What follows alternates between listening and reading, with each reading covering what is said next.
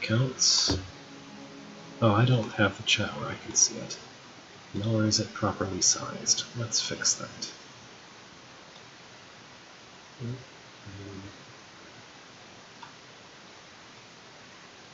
Better. Okay. Everything seems to be in order, so let's start the music. Oh, that's loud. Okay, that was very loud. Now it should be better.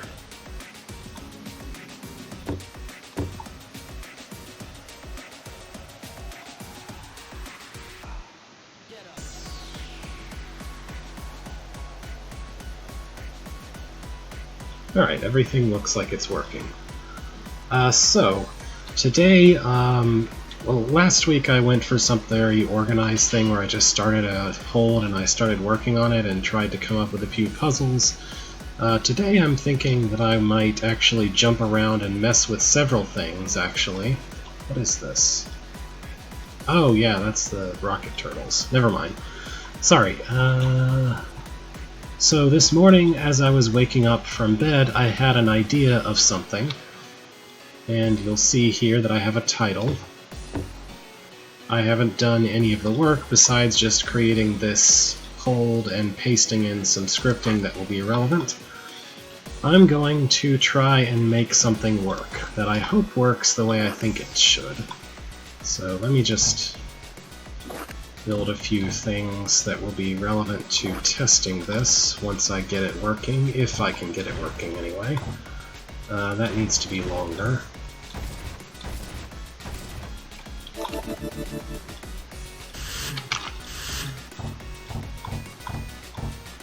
Hi there. I don't know exactly how much of my previous rambling you heard. Let's just put some walls around. Alright, so the first thing I need to test to know if the idea that popped into my head this morning will even work at all. Okay, well, basically I woke up this morning and had an idea for a custom thing that I want to try and make work, based on some custom things that I've made before. But first I need to know if something works the way I think it does. So if I have 3 commands in the same turn that build gel at specific locations like that, is it unstable or is it stable? Okay, it's stable. Alright, that's good. That's what I need. And presumably if I build tar similarly, whoops. If I build tar so that each individual tile would be unstable, but together they're stable, then it works. Okay, wonderful. So, do you remember when I came out with water barrels and oil barrels? So, this was pasted from what I think is the latest version of each of those. So all oil barrel does is just generates, well, it does a tactile explosion and it generates flame. Water barrels try to build an item under them, which is shallow water specifically. I thought to myself, why don't I make barrels that contain other things? So basically the first thing that I came upon was pretend that I had barrels marked with a blue or a green water droplet. And let's say I was using, I don't know, a caber, say? What if the player could do this and then bring some explosives, or like use the caber to explode a bomb and turn that into gel? I guess I'd need to be really careful with how I make it possible to stab all of these at once. Maybe mimics?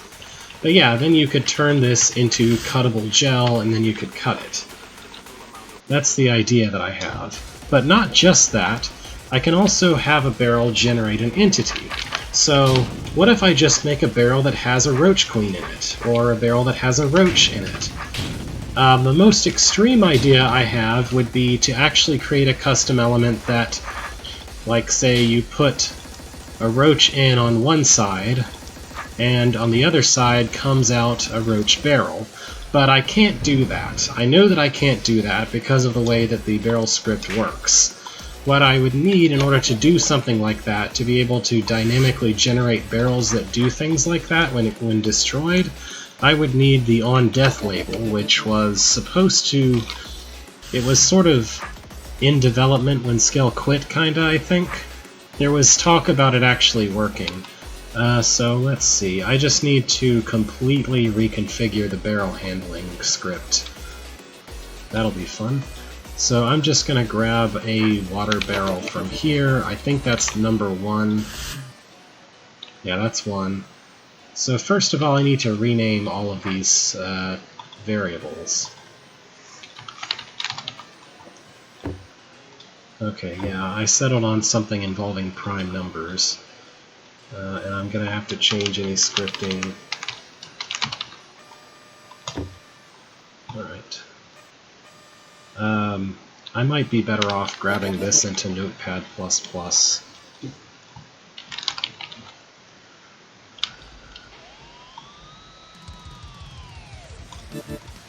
I tend to use Notepad++ when I need to mess with code. Maybe I should add a window for that so you can see what I'm doing. Let me see.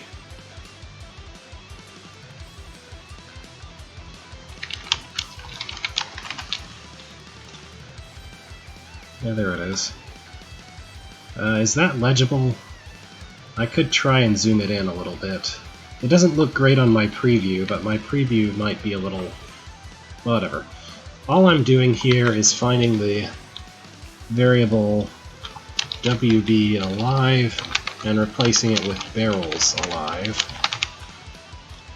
I'll probably need to mess with some other things, but that's a start. So let's just hide that again. This isn't the only thing I'm planning to do today, by the way, just in case this is boring. I also have a couple of holds involving... Oh, drat, I replaced the wrong thing. That should be barrels alive, not barrel alive. I can fix that real quick. Okay. Delete, and paste it back. Alright, that should fix it. Now I think... Yeah, okay, there's another thing that I'm gonna have to change here. I want to change the names of the variables involving, like WB1, WB2, and so on. I want to change those to just barrel 1, 2, 3, etc. So barrel 1X, barrel 1Y, etc. And then I'm going to have to go in the code and replace those two. Which one was this? Oh, okay, I see.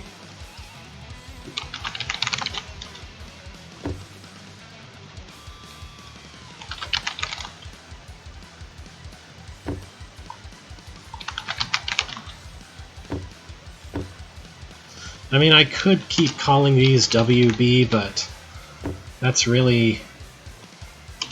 I don't know, I just kind of like for this to more correctly describe what it is that I'm dealing with. I'm also going to need to declare a bunch of new variables that say what kind of barrel each numbered barrel is. The code has room for 5 barrels right now. It can expand to more if needed, but I'll make do with 6 for now. I think I said 5 and I meant 6. Alright, so I'm going to need more variables. I'm going to need to call them barrel 1 type, barrel 2 type, barrel 3, you get the idea. So essentially the idea that I had is that I could refactor this code a little bit, which is going to involve replacing all of these WBs with barrel. So let's see.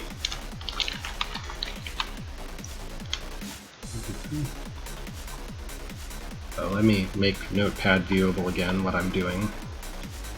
Can you see the Find Replace? You can't see the Find Replace window. I don't know how to make that visible. We won't be here very long, so hopefully that won't be a problem. Yeah, you can see my cursor, but not what it's actually interacting with.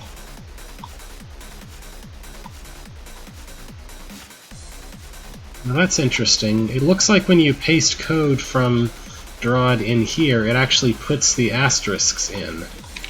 But I think that doesn't ruin the code when you paste it back if it still has the asterisks at the front.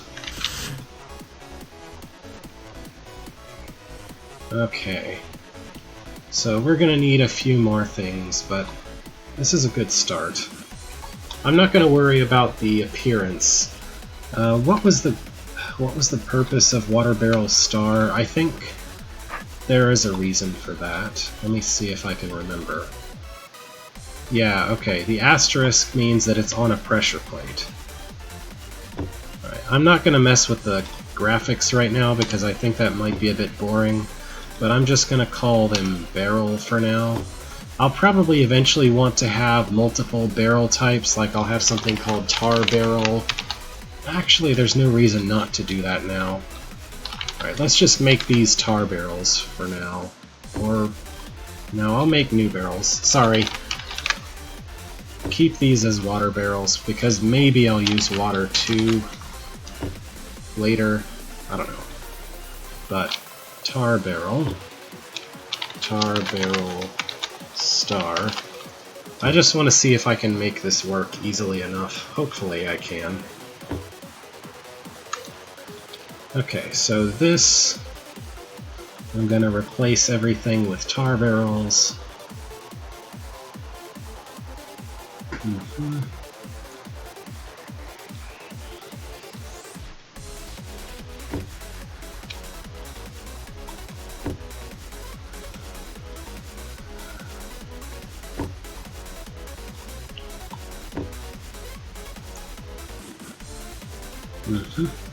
Okay, so this also needs to set barrel 1 type to the text tar. Alright, and then over in this code, when it reads that, so I need to fix this. I need to tell it that only the first barrel is alive, and that means only give it the first prime number. Okay. So, when the barrel dies, what it needs to do is actually check what the barrel's name, what the barrel's type is, and then decide what to do. Oh, that's kind of an issue. Yeah, I forgot it actually looks for entity type. In that case, I'd have to... Alright. I need a little more code to handle this, but for now I'm just going to hack this and say we were looking for tar barrels.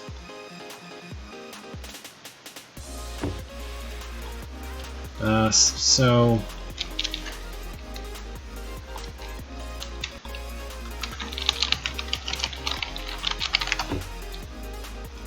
Or... Yeah, okay.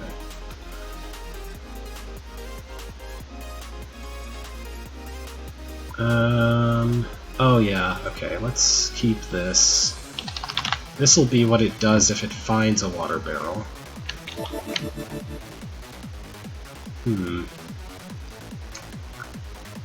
Okay, I see what I need to do. So when it detects that something might be dead... Okay, so in death check...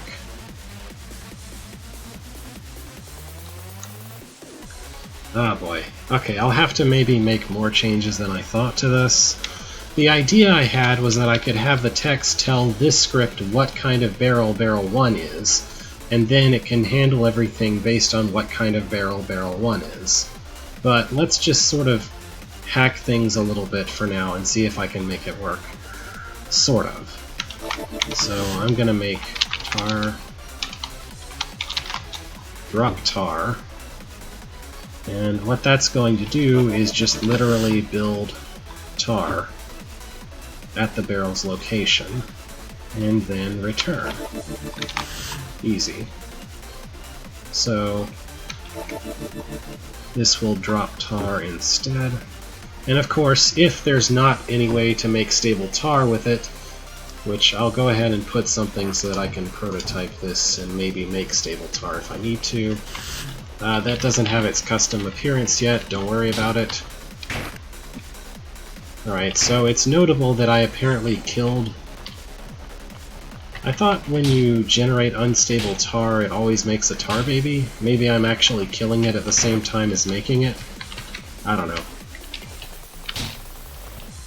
But yeah, okay. This works as expected. So, I'm not sure I want to spend too much of the stream messing with this, because it seems like it's going to be more complicated to script than I expected. Even more complicated than I expected. Again, if we ever had Go Sub Death, then I could handle this very simply. Or a label that activates when an entity dies. Maybe that's a pipe dream that would ever get fully implemented, but that would be one use for this sort of thing. And of course, we can do the same thing to generate roaches and etc. But yeah, the basic idea here does work. If I had a way to double cut this tar, then that would be one single thing being destroyed. One single tar barrel like that could actually be cuttable. Alright, that's fine. So this is a good scribble of an idea at least, but I don't know that I want to mess with it right now too much. Let's just export the data for later. Alright. Well, that was one thing. So another thing, while I was making that hold, I noticed this thing called Potion Belt, which is another old scribble that I scribbled. So the basic idea here, I think, is that Beathro gets a Potion Belt. It's a custom power, kind of. It makes... So these look like potions and other type potion objects. They're not actually... They're just something that Ghost displays to look like that. But the Potion Belt idea is that instead of activating things when he picks it up, he just holds on to them, and the game keeps track of how many he has, and then at the cost of spending an extra turn to activate the item, you can push Special Command to use up all of the ones you have. So, because I have that many clone potions, I can build all the clones I like. But all I did was, I guess, implement the code for this, and then not actually do anything with it. So I thought I might try to see if I could find a good puzzle application for this. Okay, Potion Handler, Potion Stack, okay. Yeah, so these are the actual elements. They're built based on... Oh, I see what I did. I made some invisible image with just various potion layer items as the various directional facings, and it just... The scripting just shows you what it looks like. I don't remember if it goes to a different room or not. I think... No, it resets potions at the start of the room, it looks like, which is probably better. Probably for the best. Okay. Yeah, okay, so there's some code here, probably copied over from this from the swapper or something, that says you can't build a potion on top of tokens and scrolls. I mean, if you wanted to do that, all you'd have to do is probably remove these 2 lines of code. So it wouldn't be hard to make it work in multiple rooms, but I didn't want to when I built this, because I was thinking of it as a mid-room puzzle. So, I wonder what kind of puzzle I could make with this. I'll just make a blank room and try to think about that. So the most obvious thing... Excuse me. So one thing about this is that the potion stacks don't behave like real potions, which is a bit of a problem. That is to say, they don't block monsters. See? Because they're just ghost display things. There's no way for me to make them block monsters, but also let the player just pick them up. I also don't know of a way to let the player pull how many of something they have, but you shouldn't need that, I would think, if it's only in the one room. I did something similar with the hourglasses in TM GOT. In Metallic Gears of Time, the hourglass item keeps track of how many of it you've picked up, but the player needs to remember that information because it's not displayed anywhere, but it's all within one room, and there's usually not that many. So I'm not immediately thinking of a good puzzle for this, which is probably why I never actually did much with it. Worst case, I guess I could release this in architecture like I did the katana and say like, hey, if you know what to do with this, do it.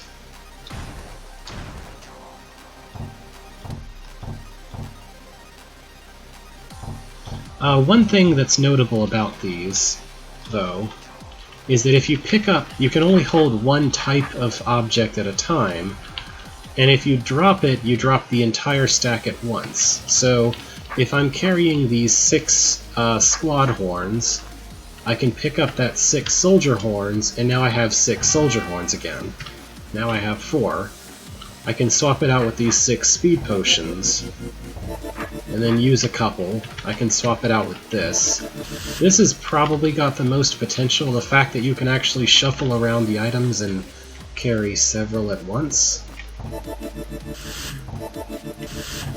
So there might be something to this kind of shuffling around type thing.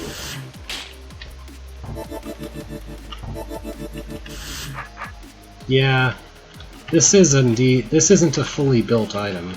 I guess I could try to somehow display that, I'm just not sure how.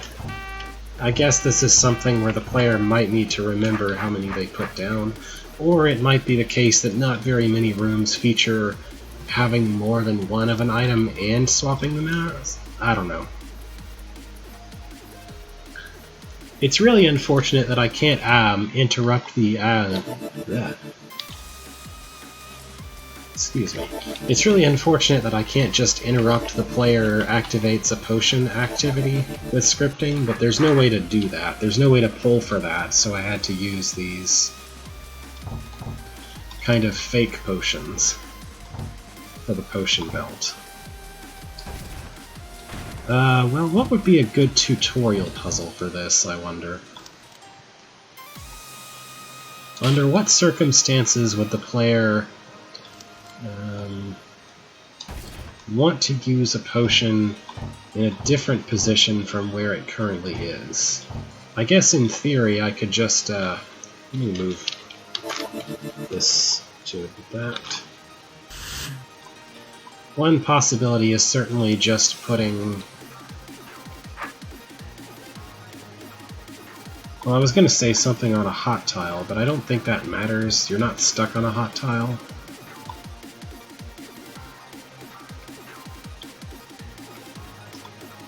I don't know, a good tutorial would be just to show the player picking things up. Let me just get...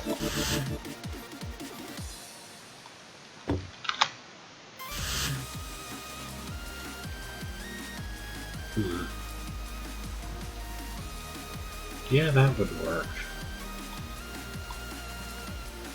Right, let me just, what's this? Okay. Let's put this to a choke point of some sort. I have a little bit of environment built, but none of it's really very important.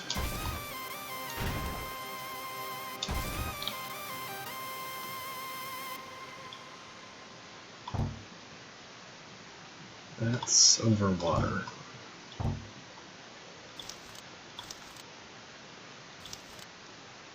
I don't need all 3 of these to demonstrate that things split. That things exchange. Just 2 will do.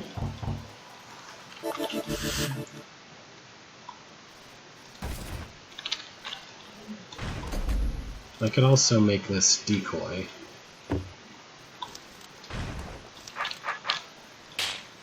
Alright, this would be a good starter, I guess. So clearly you want to kind of put a decoy potion there, and then this happens. I'm not sure if the invisibility potion has a purpose yet, but...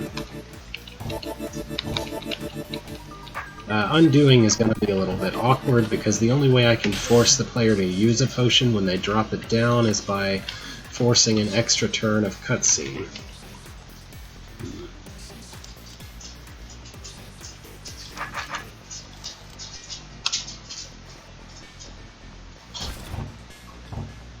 This would be better like that.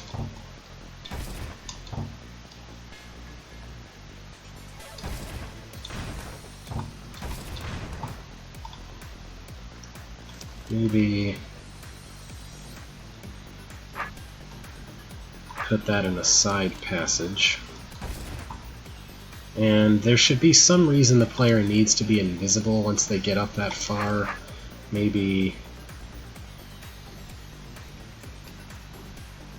I got it. So... need to reorganize this a little bit.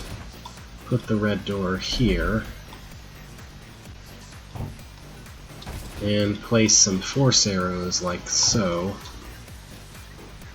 So that if the roach goes too far north, then you have a problem.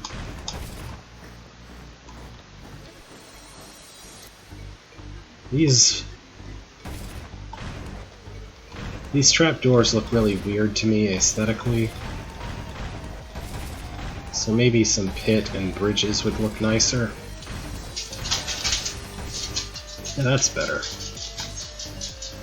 And place a bridge. Just make this whole thing a bridge with trapdoors on either side. There we go. Alright. So here the player thinks... So this would be a very gentle introduction. You want a decoy, but you don't want it yet. You want invisibility. In fact, you need invisibility before you can move, because otherwise the decoy is useless. There's no reason for this path to not allow you to go the other side of the bridge. So this is a good start. Maybe make this less awkwardly presented with more pits. Like put these here.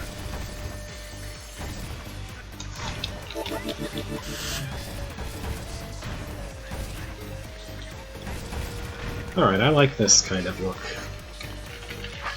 Alright, so this should make it clear a couple of properties that this has.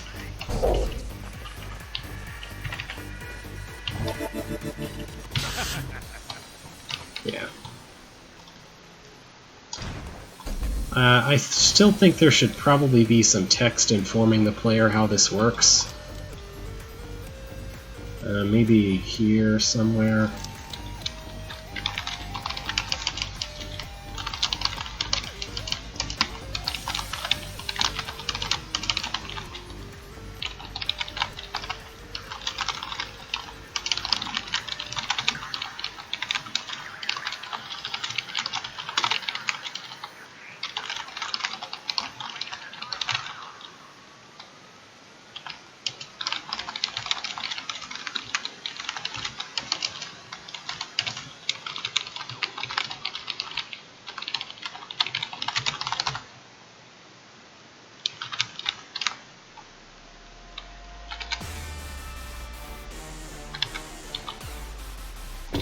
Alright, that seems like a decent explanation.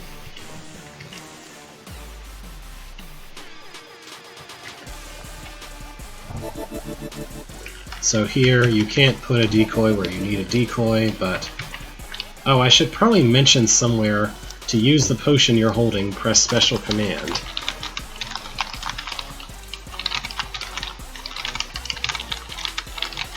That's slightly important information.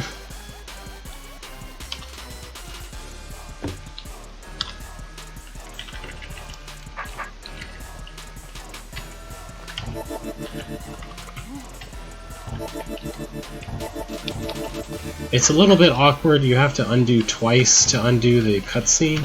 There's nothing I can really do about that, unfortunately. I know that might be a problem. I guess I could make a note somewhere.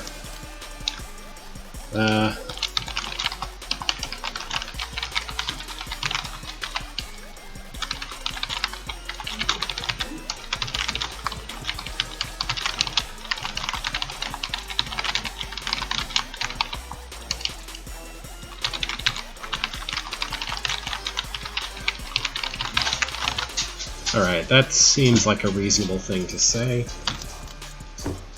And the fact that it takes longer to use potions might also be relevant in some puzzles, maybe.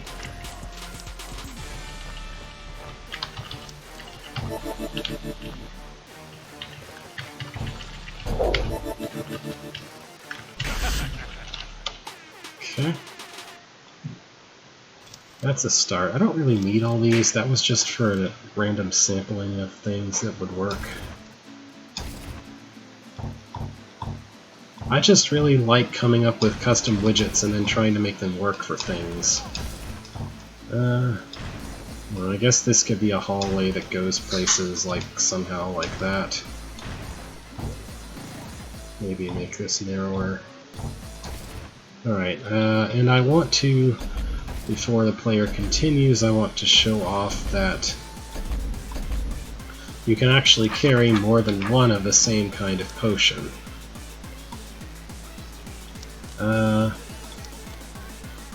Let's say I do this.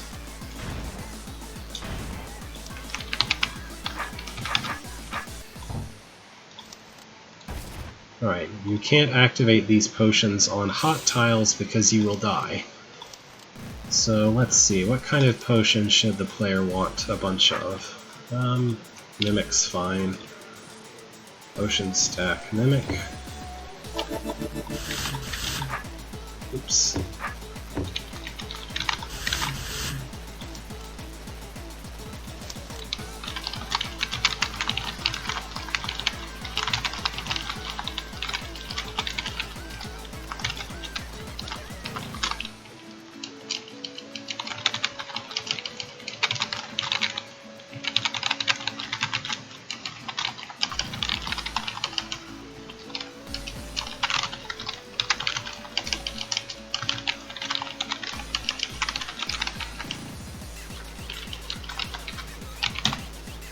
Alright, and the player needs 5 mimics because, I don't know, I guess there are 5 little lanes up here to put mimics on for something.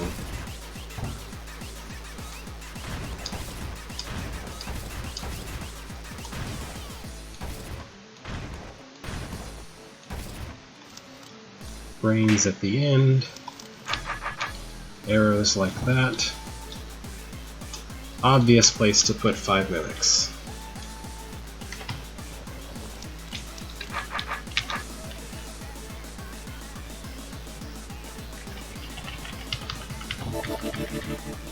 I don't know if 5 is overkill, but it makes it clear the point that you can use you can pick up lots of them.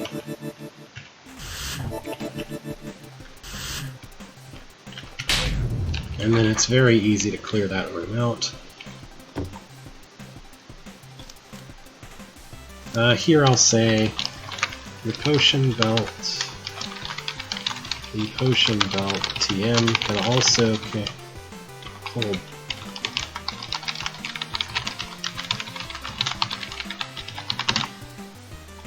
Alright, so I think there is one obvious way to use this idea. Let me put the handler down. Visible? No. Potion stack soldier. This kind of hinges on the player already understanding how these objects work and knowing what they are by looking at them, which seems reasonable. But yeah. Here, the closest place to put a soldier is going to be there, but the player's going to have some motivation to want to put a soldier somewhere else. And you can change the soldier's closeness. Maybe put a couple, put a few here.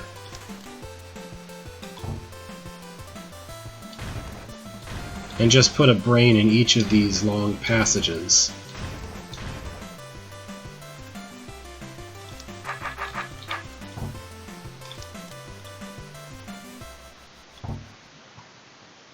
It might be necessary for the player to use a mirror to make one of these passages the fastest one.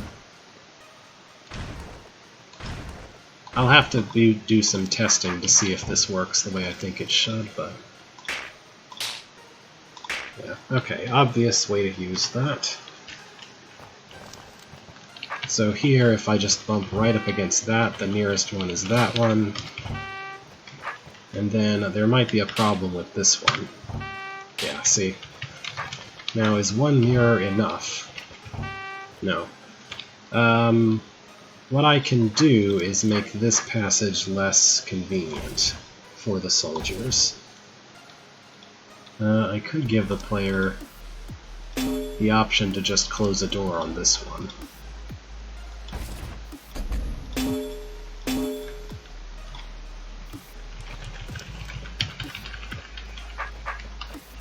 So that way you know that you don't have to worry about that one.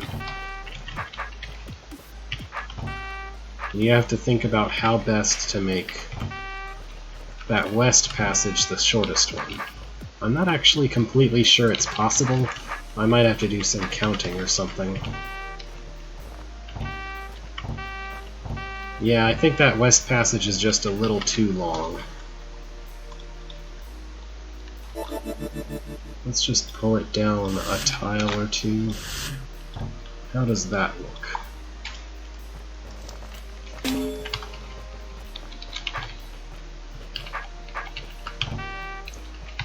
That's still too long. Let's make one of these a little longer than the other one. Something like that. Maybe that will work.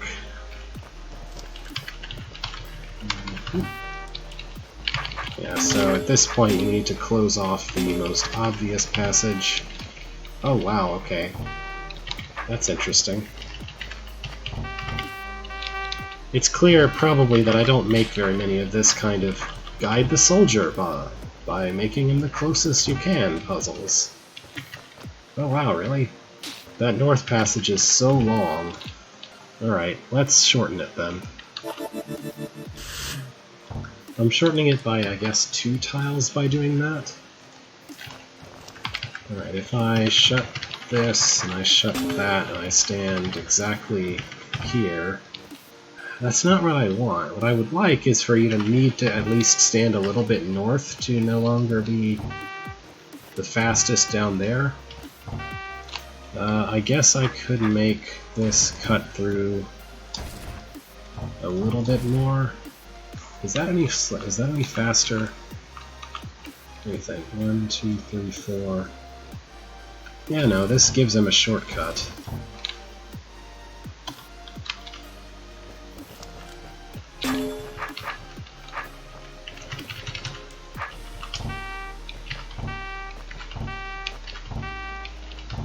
Huh. I only added 2 tiles worth of speed. Alright, what if I do that?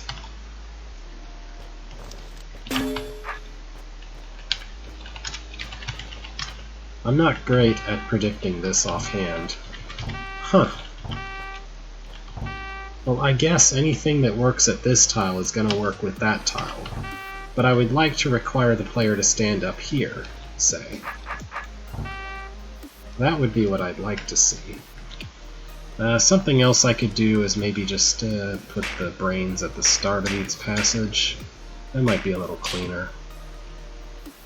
So why does it instantly flip from no matter where here I stand, that's the shortest one, to if I stand exactly here, then that's the shortest one? That's what I'm not understanding.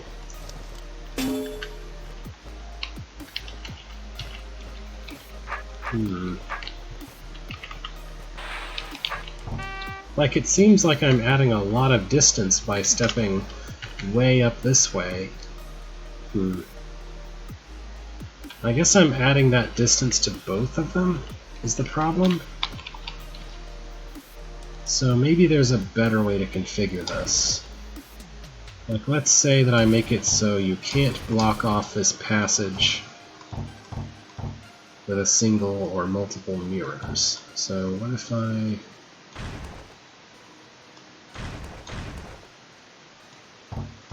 realign this passage a little bit.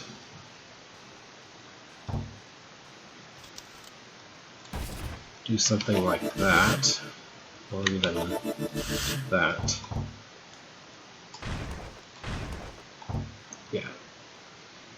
And then I give the player 2 mirrors, which isn't enough to completely block that passage, but it might let you change the path from that passage to be a little shorter. Or 3 mirrors, maybe. Hang on.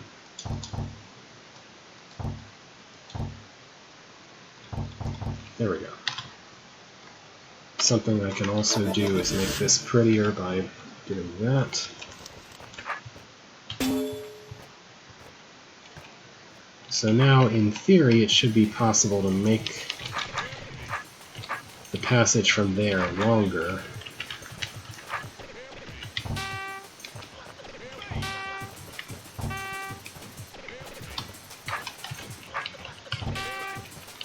Yeah, so right now that's not any good.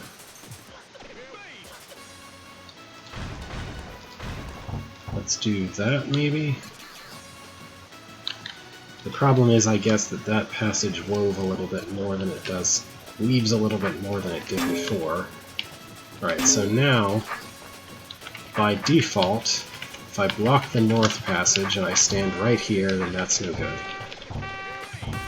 And none of these are any good. But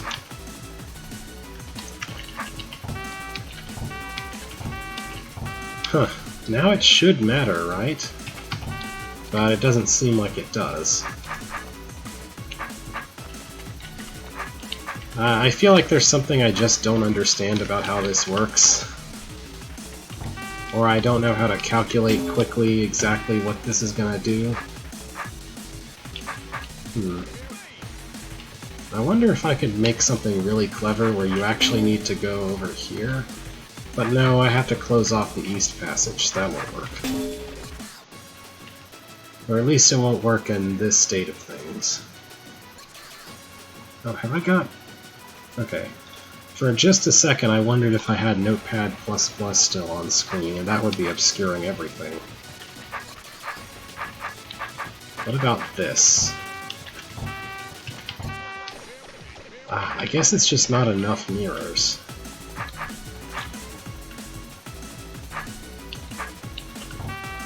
But if I add any more mirrors, then the player can just block both of these passages off completely, and that's boring.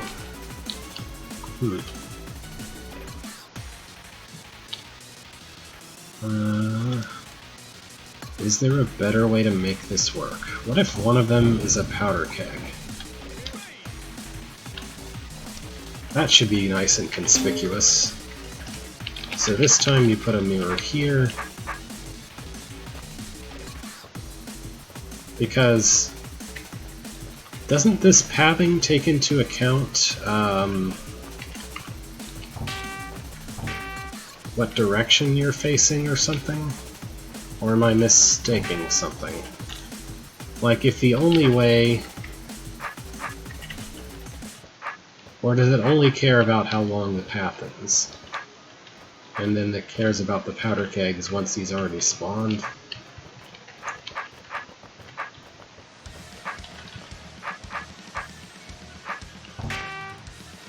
Yeah, no, I guess powder kegs don't matter for this. Is there a way to make this not accessible for even more mirrors? Right, that would let me use 4 mirrors here, if I do that. But I think that at this point, if I just block this off in the most obvious possible way, then it adds one, which might be enough.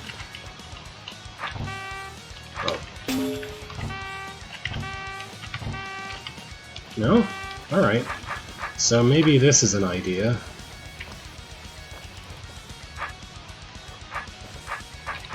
I don't think that if I move these north it makes any real difference.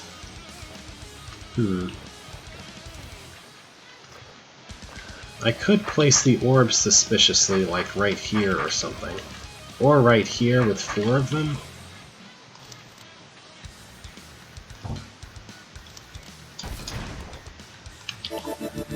Let's put the orb here. And put one more mirror somewhere. That way. That'll work. Alright, so again, you can't use all 5 to block the way. If you put the 4 in the most obvious position, I'm hoping that it still won't be enough, because it seems like it shouldn't be. Ah, it is? That's a shame. I was thinking I could make it so that the player has to do something like this, and have that extra tile of obstacle. Well, I can still sort of do that if I move the mirror down here and make that formation, or something like that. Yeah.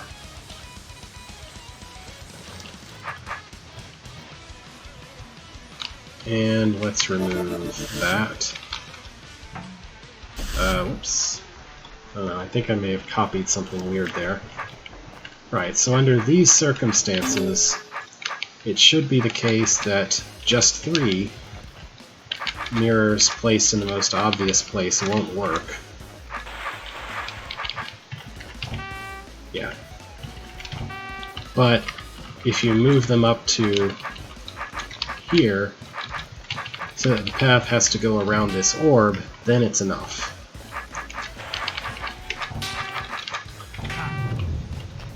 Alright, I like that. That's wonderful. Okay, these have some potential. Since this... I guess the issue is that... No. I think to some extent this requires you to actually be in control of where you use the horn. At least I hope so, anyway. Obviously, if the horns were really over on the east side of this door, this would never work. But if you could place 3... if you gave the player 3 horns like this, that might be an issue that could work. I don't know. I'm reasonably convinced that this actually takes advantage of the fact that this gives you control over where you use the horn. That's mainly what I would like for that to be about.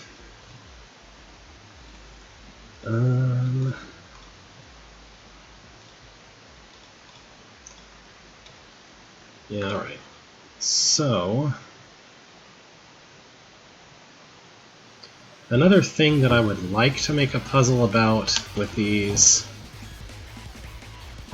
I'd like it if I could make a puzzle about where you need to exchange the positions of different potions in some way. But I'm not really sure how to make that meaningful.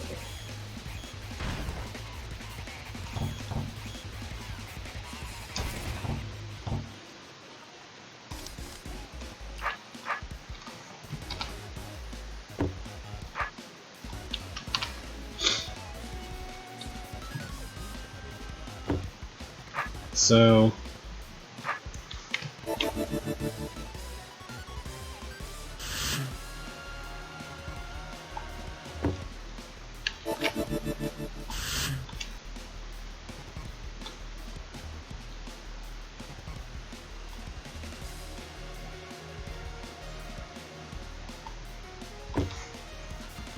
what is that I put? Decoy, Mimic, and Speed.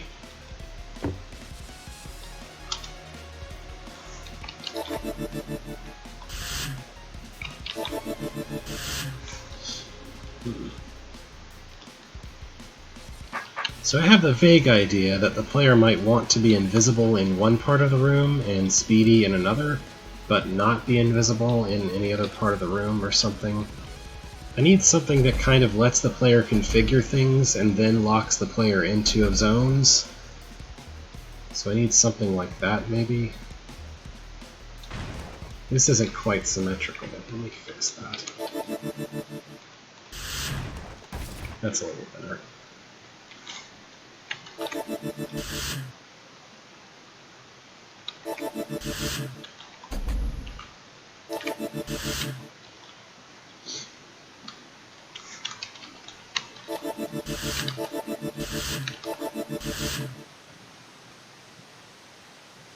I guess this song is very quiet at this part.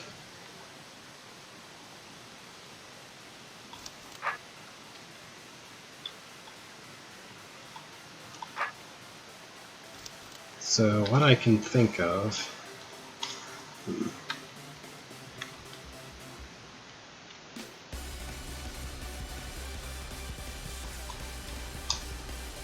Oh, whoops. So one reason you might not want to be invisible is so that you can cause a snake to kill itself.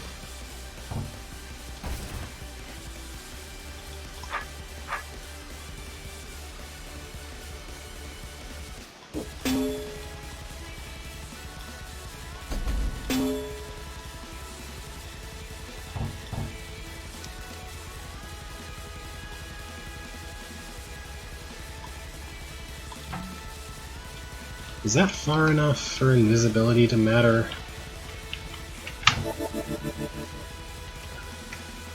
Not quite. Needs to be another tile away.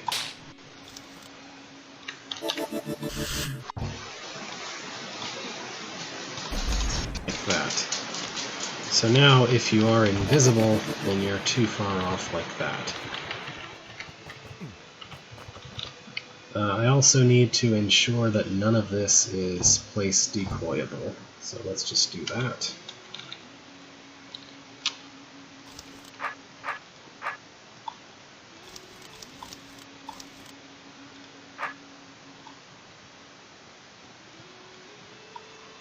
So over here, I need to put something where you need to be, I guess, invisible.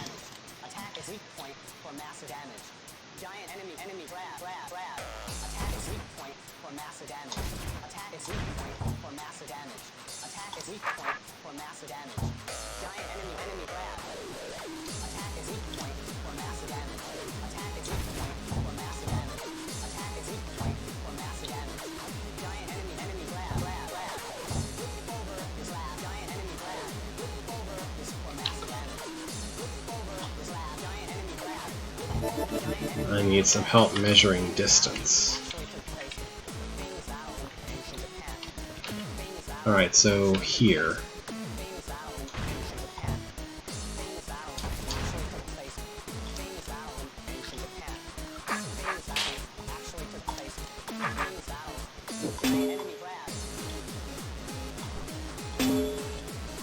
So something like this requires the player to be invisible over there.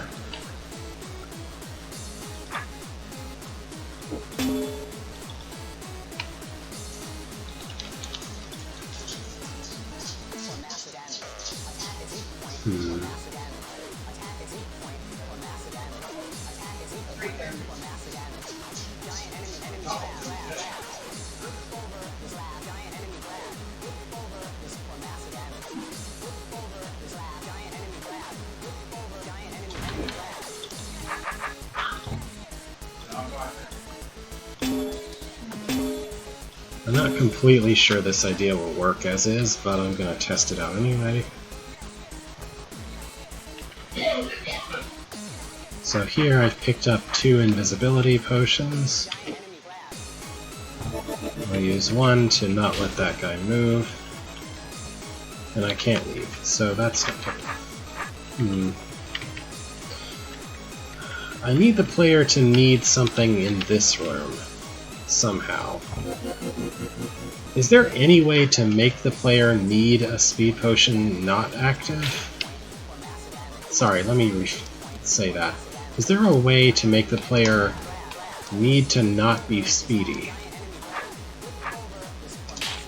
I don't actually know of one. It's very tricky to think of anything like that. But these are kind of the only state change potions I have to swap around. The issue here might be that I actually don't want to give the player too...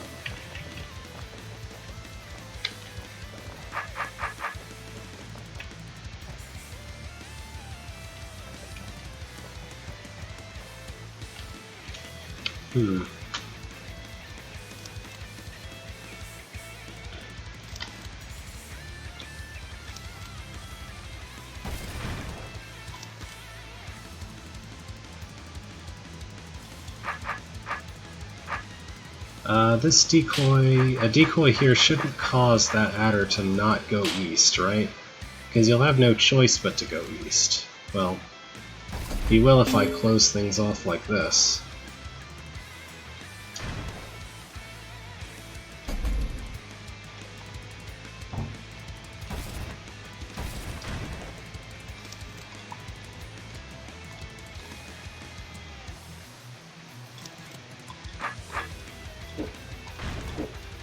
So, I don't know, something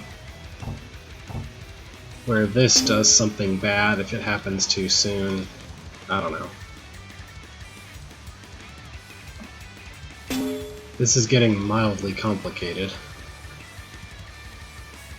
Also, that shouldn't be the way that decoy is aligned.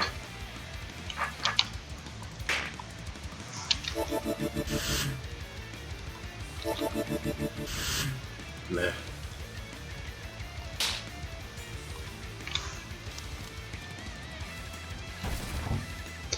That may be too fast that it would die, but I'm just trying to understand what I can do with this idea.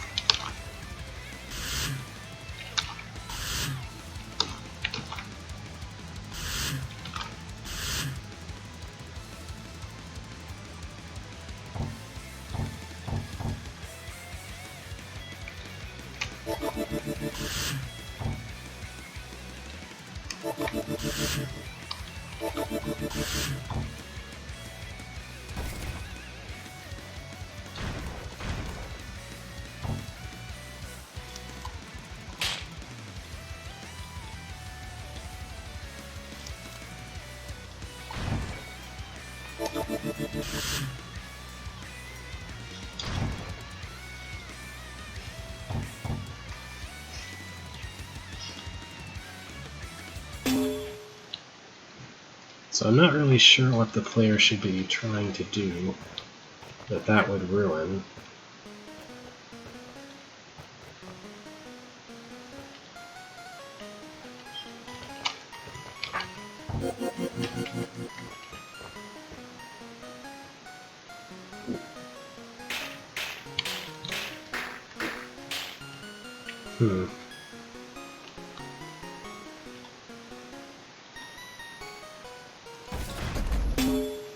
That works, maybe.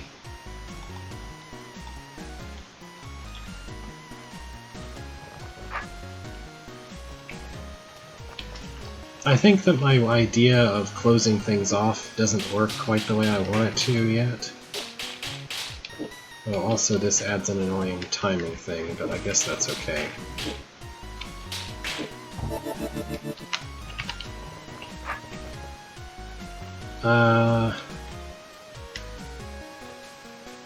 I might have mixed something up anyway.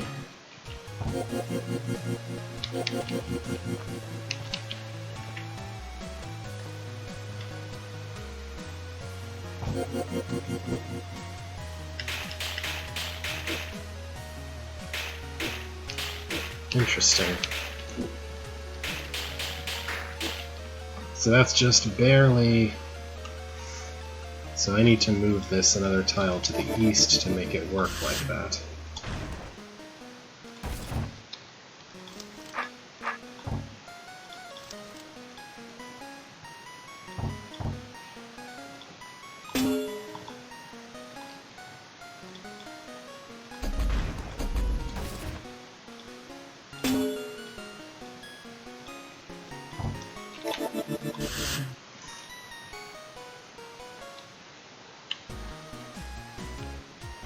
But I don't want this to be attached to that, I want this to be attached to something else. Maybe?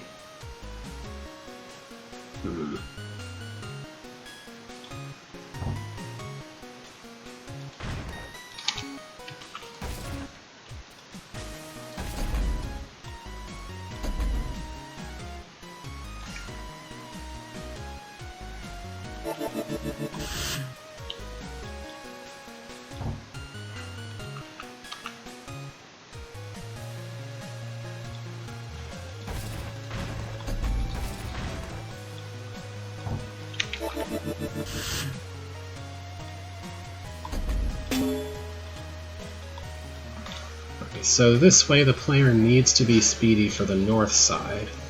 And then if I build something that's just a reflection of this on the south side, then the player can be told you can't be speedy here. No, I'm not trying to copy the room. I just want this little section. No, I don't want to copy the room.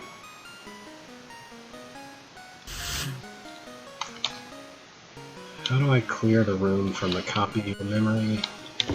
I don't know. Okay, that works, I guess.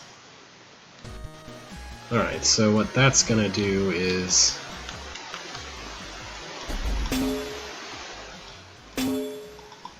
close the door on the player. I might need to make the adder longer, though.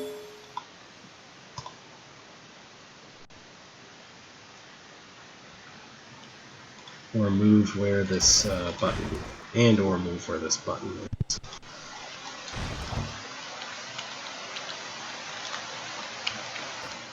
Alright, so now if I take a speed potion to the south side, then that closes on you. But if you don't, it still closes on you. The problem is that this is tied to something the player is doing, which is not really what I want.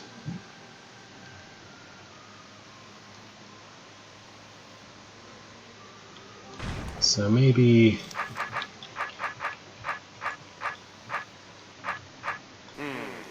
have that release a roach that needs to run west.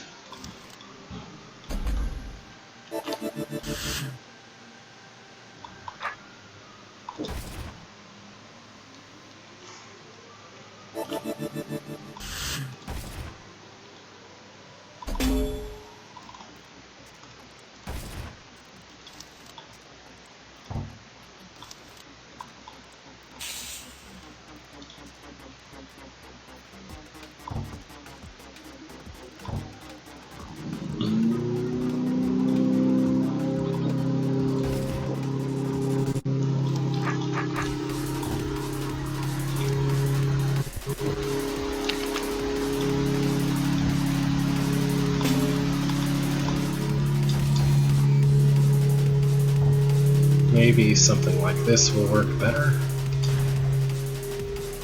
If you're hearing a loud sound like lawn instruments, I'm sorry, that's not me, that's outside. Alright, so here, if you're invisible, then it should be possible for this roach to make it west in time. And if you're not invisible, then it, or if you're invisible and hasted, then this shouldn't work.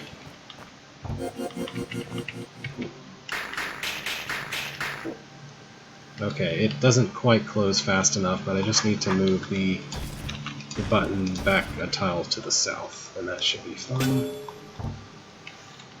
And I think it should still work out if you're not fast.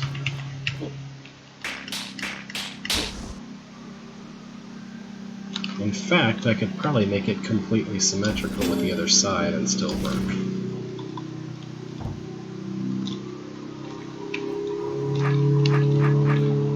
So now, if you're invisible over here, then you can definitely kill the roaches.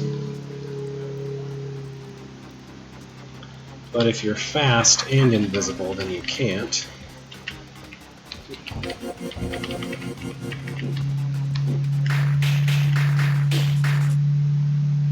Yeah.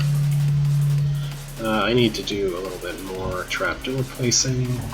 There we go. Just to be sure, no decoys can be placed, because I'm still thinking of a way for decoys to be relevant for this. I'll put arrows on all the buttons. There we go.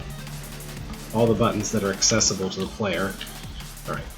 And now, if you're invisible in the northeast... oh. Yeah, I didn't think about that. So, this can't be the enforcement for being invisible or not.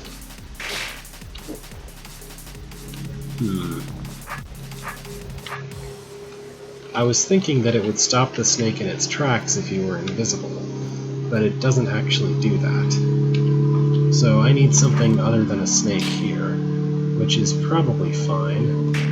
I can just make it more symmetrical to the other side with a roach, maybe.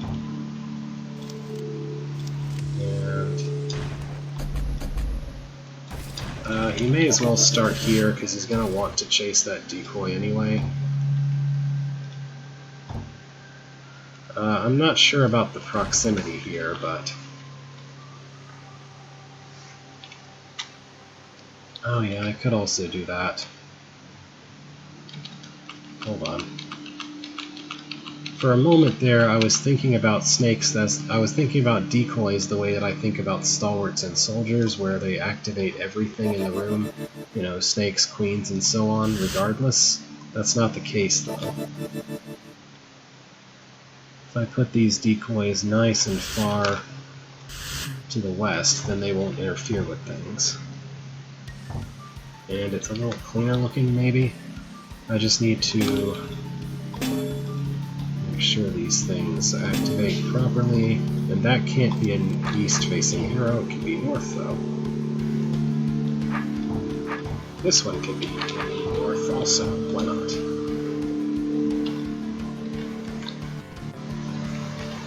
Alright, so if you are invisible on this side, then you can't make that snake move. If you're not fast on this side...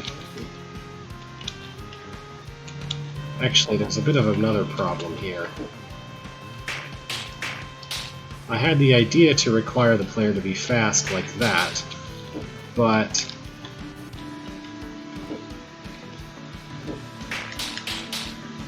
this only matters if you don't let the snake out as fast as you possibly can. One alternative would be to make this snake on this adder much faster, longer. So you need to wait a little longer, even if you minimize things. That's probably too long, but I need to kind of check lengths. So, no speed potion. Maximum delay, which is going to be this. Nowhere near enough. But you eat the speed potion at any point, then it becomes way enough. And then he can die like that. He could even go on a hot tile, really. Maybe. I don't know. But that's a start. Now I need to think about how this enforcement mechanism can actually be interesting for the puzzle. As it stands, you can just pick up the invisibility potions. Yeah. And then do this. Oh, whoops, that's not far enough to the east. Let me fix that. Alright, so another thing is that I don't yet open up the way to the player to leave for this side. Let's do that. Alright, so in the current state of affairs, you can pick up invisibility potion, do this, use the other one to undo the invisibility, pick up the speed potion, and be fast to let this guy come through and die also. You could unspeed then if you wanted. Fine. Here's this pointless decoy potion. So I want to change things so that none of that is the case. What I'm thinking is I can put doors under these potions, which the opposite side doors close. That's one start. I'm not really sure I need the decoy potion yet. But with that, if I try to do... If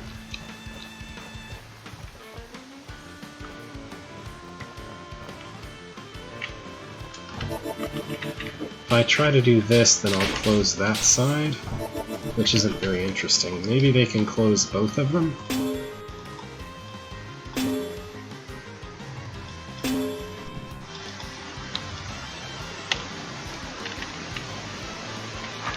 At the moment, this starter area is perhaps not in its final state either.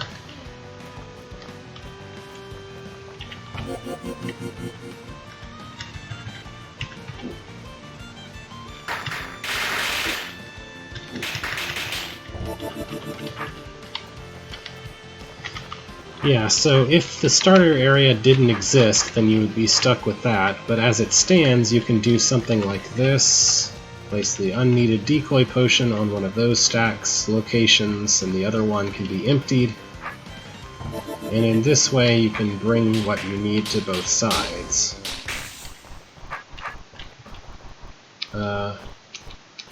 Need to use that other invisibility to be visible. And then make sure to run that at the right time. Excuse me. Let me just go ahead and push things westward a tile so that the player doesn't have to worry about actually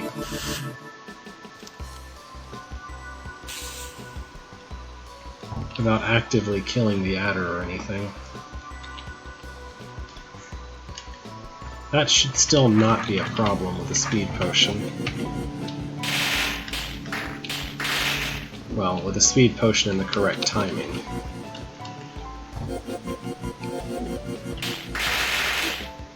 Yeah, plenty of time.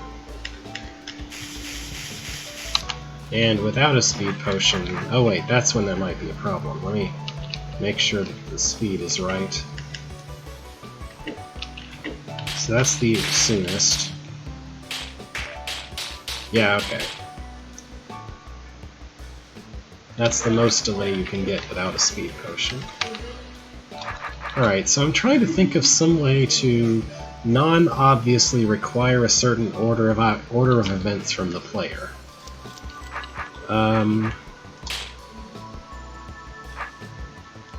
What if I did this?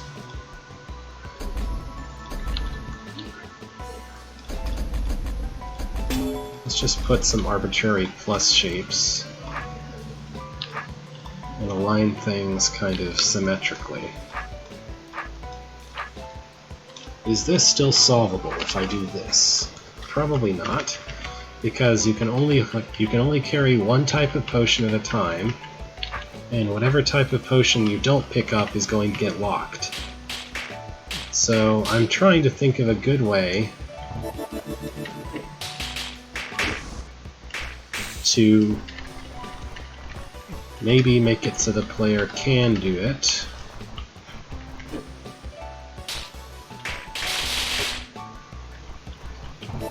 Oh, that's... Oh! Would you look at that? You don't need a speed potion if you do it this way. If you just wait to stop being invisible at... Oh wow, that's actually really neat. What about the speed potion? Can this be solved if you take the speed potion and not the invisibility? I don't think it can, because you need speed to do this side, I think. Unless you are invisible, which you can't be if you're taking the speeds.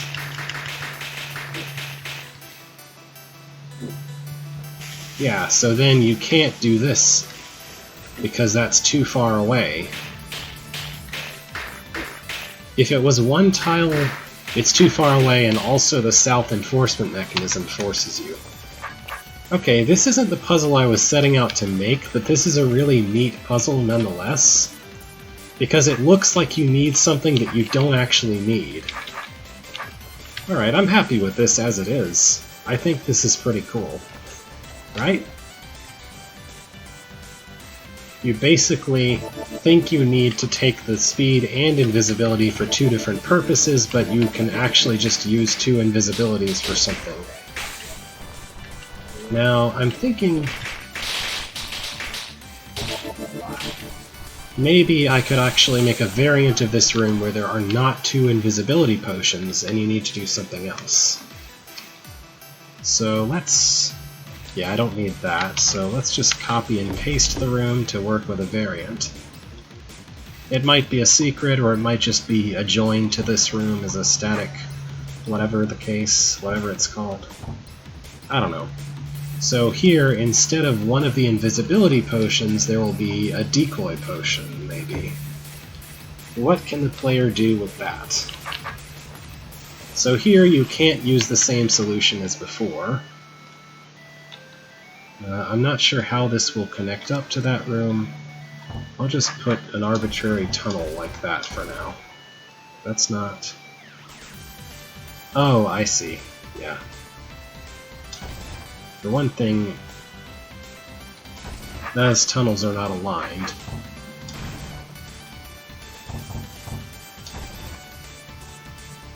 Alright, there we go. So what happens in this version of the room, you can place a decoy somewhere. Is there anywhere useful to place a decoy? Maybe right there? That might work. Yeah, that works. That's kind of hilarious, honestly. Okay, so you don't take speed for this side. You don't take anything but the decoy for this side. But you can carry both speeds.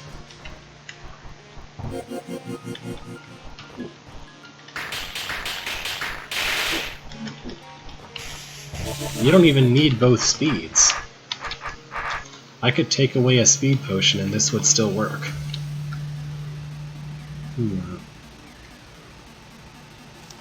But I think having two speeds is kind of a good red herring. Alright, I really like this. This is kind of neat. I don't think that horizontally flipping the room would change anything in its functionality. I hope not. I kind of have in mind that I could make these connect up a little differently so that they don't appear in series like this, but rather as kind of two parallel things. So like move this room to this spot, move that room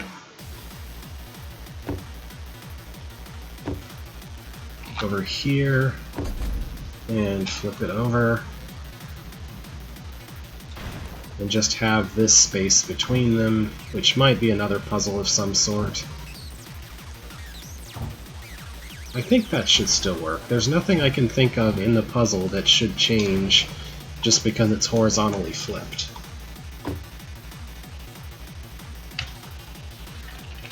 So here, 2 invisibility potions. This is just what it already was, but yeah.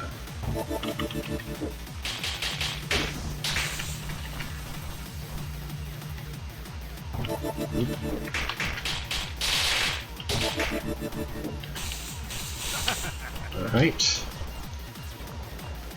Now if I run over here, here you take a decoy potion and you just put the decoy right there. And then you don't even need both speed potions, you just need one.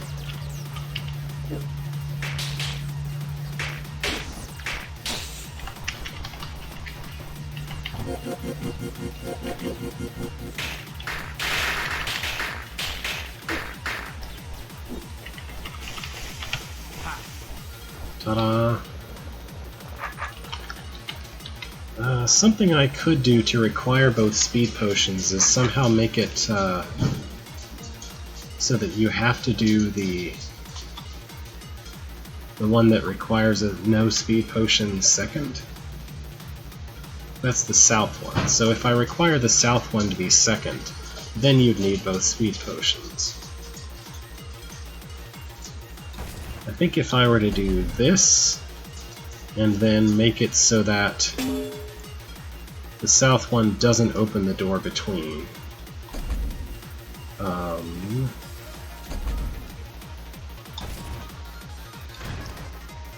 Yeah, keep this mostly like this, but place a green door like that.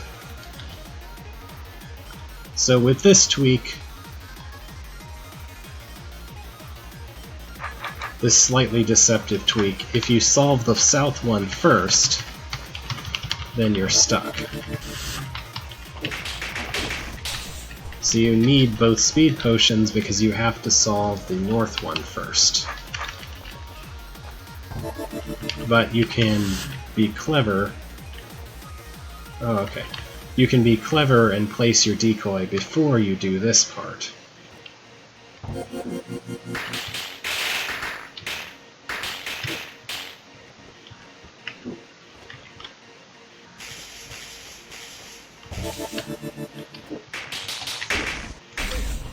And then the green door lets you out. Okay, that works. I don't know if I want to place a puzzle in this room, maybe, somewhere in the central area. Could work. Alright, I think this is really neat. This element, it was difficult for me to think of anything to do with it on my own, but we came up with a couple of ideas.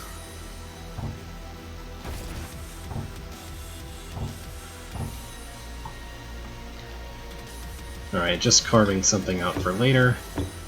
That's enough for me for this one. I have yet another thing with a custom element that I've been messing with for a while, but I actually do have a few puzzles built for it already. Extinction doors. So the basic idea is extinction doors are 3x1 or 1x3 doors with a simple rule. They toggle when the amount of a certain type of entity, a certain type of monster, becomes either 0 or non-zero. So these are no roach doors. They toggle when there are no roaches, and they toggle again if there are roaches again after being no roaches. They measure whether roaches are extinct or not.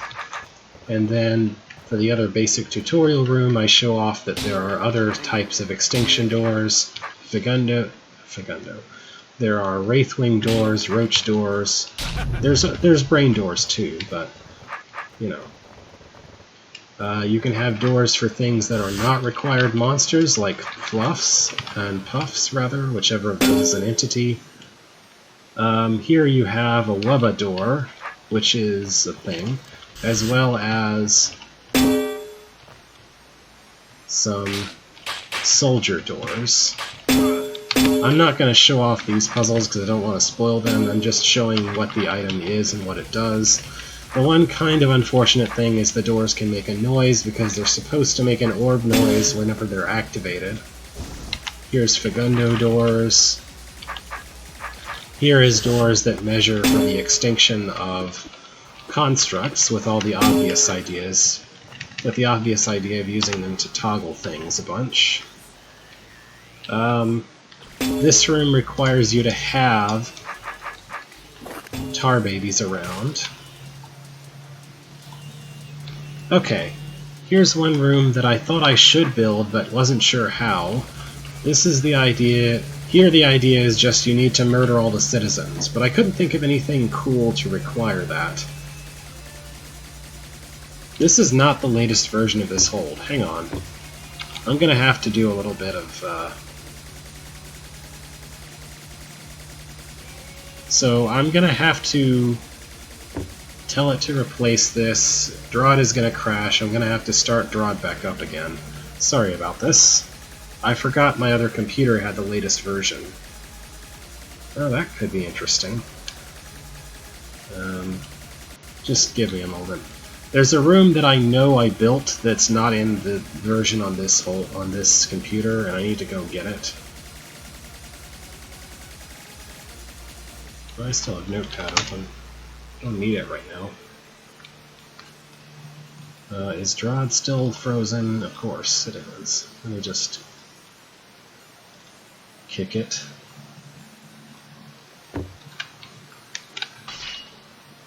Alright, did extinction doors get updated properly? Yes! Check this room out. Yeah. Extinction doors plus a time clone. Alright.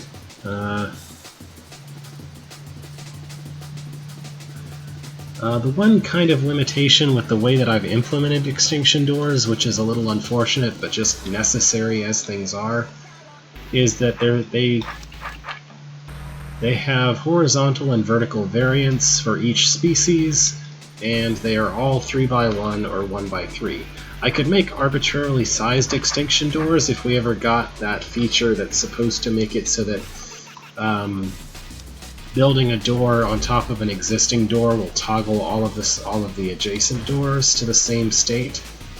But we don't have that yet, so, and may never have that, so I just went ahead with something that works as it is. Anyway,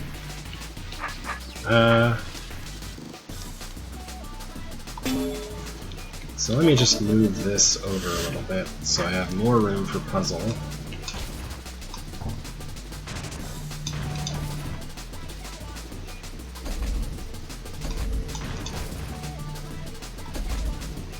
So, in theory, if I put some build marker pit, I don't know, just generically in there, maybe not exactly in that shape. I don't know how to make citizens do that exactly, but that's what this is for. The other way to know, the ways I know of to kill citizens usually is to have an adder eat them, or to have them fall off of a, oh, that should be toggle, not open. Or to have them fall off of a platform behind you, or to explode them, or kill them with Briar. I know of a bunch of ways to do it, I was just having trouble thinking of an interesting way to implement it in this case. Yeah, one issue with them needing to build pits under each other. Yeah, I'm not sure how you kill the last one. You'd have to set things up in some... The player would have to somehow control things well enough that two of them build them under each other at the same time, which I'm not even sure is possible, honestly.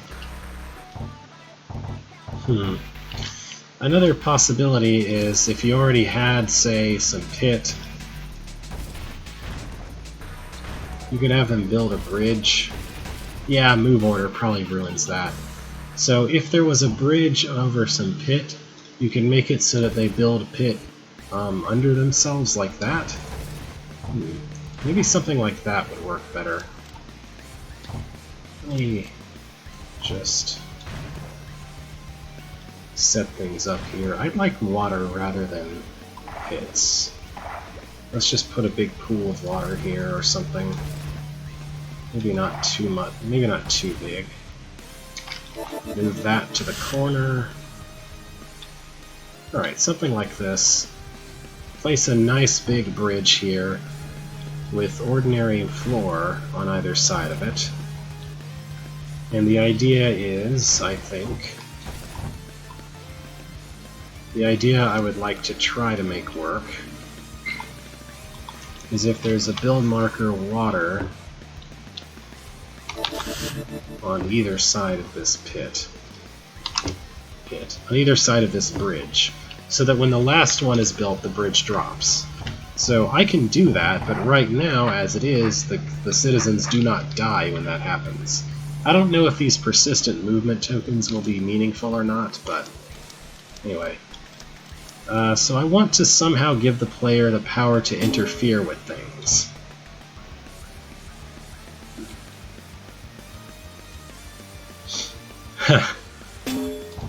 Interesting. Alright, so one thing I can do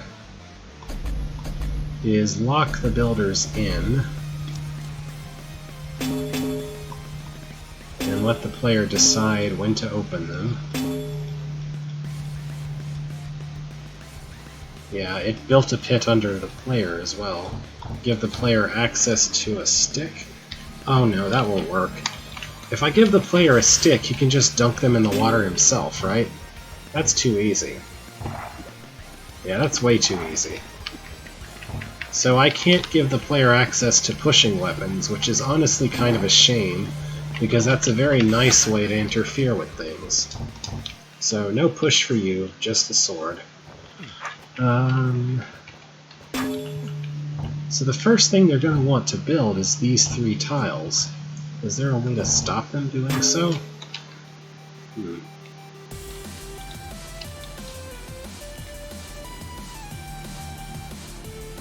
Oh yeah, I see what you mean.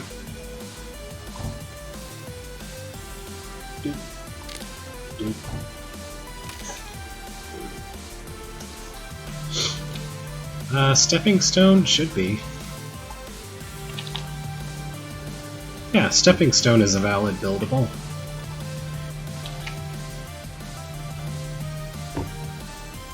However, this still doesn't quite fix the problem, since you could just let them build their stones and then dunk them in the water after.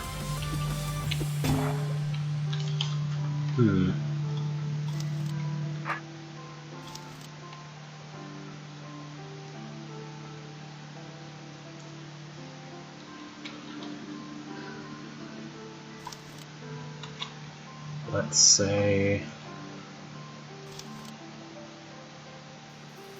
I'd need something to prevent that from happening, but I don't know. Whatever. For right now, let's not worry about that too much. Okay, yeah, the placement of these orbs is not helpful to the player, so I'm gonna move them.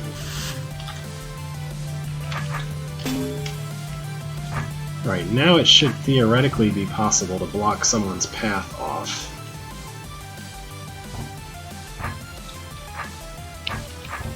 Maybe. Maybe what the player needs access to is some mirrors. What do you think? Mirrors might help? That way you can absolutely block more than just the player's body. But I think maybe using stepping stones here is kind of interesting. Possibly. The Briar helps the player not accidentally dunk mirrors in the water in this case, which is nice as well. So now they're gonna all run to go destroy things over there, if I leave things like this.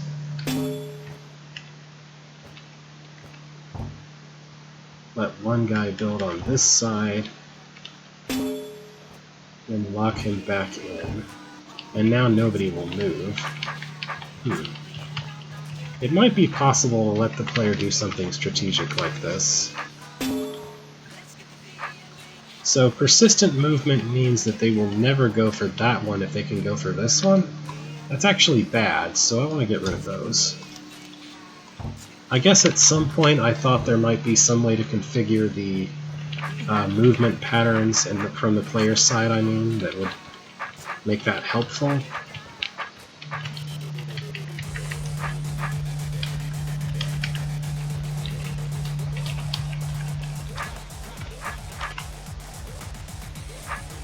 Alright, so if I move that, I can let one guy build in there. Then I can lock the door.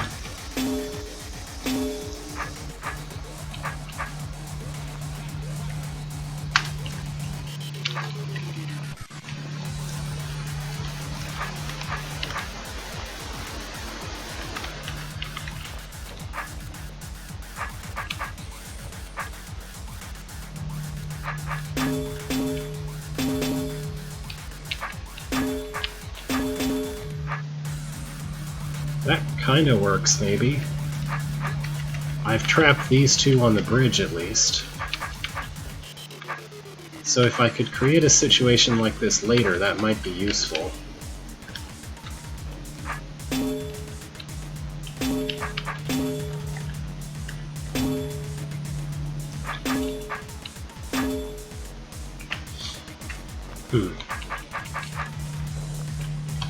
Now that's interesting. If you... It's a little bit cumbersome to do so, but if you pull mirrors across, you can actually make these guys... You can jerk the guys who are on the bridge back and forth this way.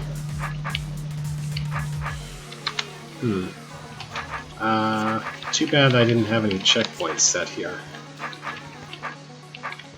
But yeah, I can force two of them to the other side of the bridge, and then I can make them start across the bridge and then block their way going back and forth.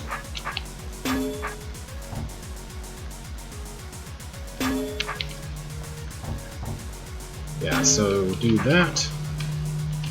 Now pull this across like so. They'll naturally want to go across the bridge if I just open this door for a second.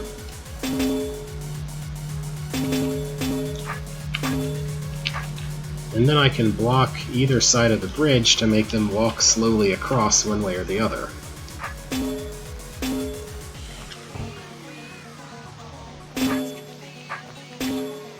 Okay, that guy is trying to go back, so I can prevent that by blocking this side.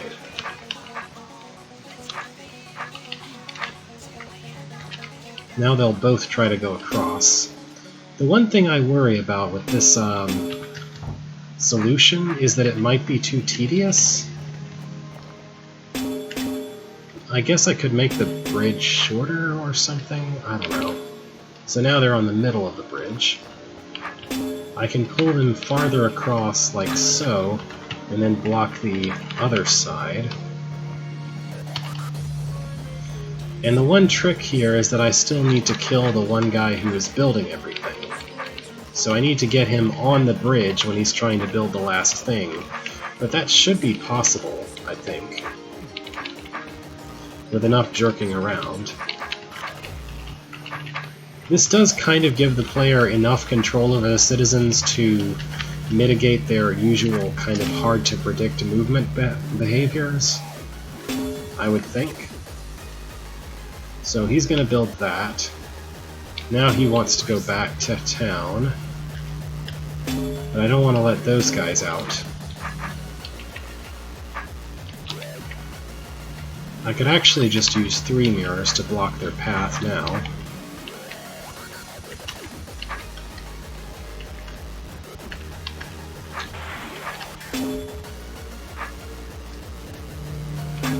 They're parallel to him, but that's fine.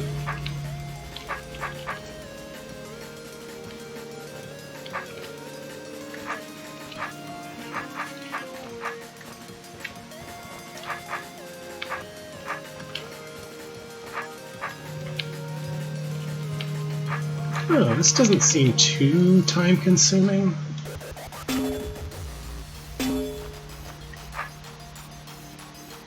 Alright, so now I kind of want them to be on the west side as much as possible.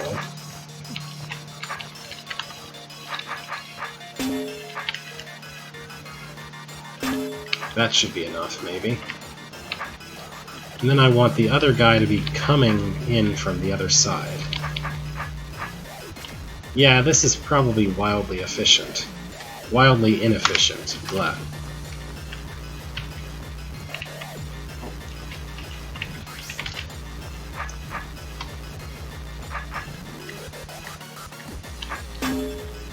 Yeah. Perfect. This kills them, right? I don't have to do anything else. They're all gonna die. That's honestly pretty neat.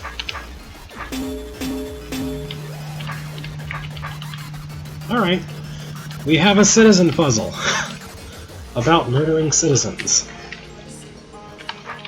Also, of course, extinction doors could be adapted to be Slayer doors whenever you like. Oh wow. The door noise has never seemed as loud to me as it does right now. I don't know what that's about. Unfortunately, there's not really a way for me to turn that off with the way these function. Ah, well. Excuse me. The problem is that every door which starts out, yeah, if you start a room without a given entity type in it, then, which is going to happen with Conquered Rooms no matter what, then every door that points to that kind of entity is going to toggle at once. So that was the sound of all of these soldier doors toggling simultaneously. Ah, my ear hurts. Excuse me a second.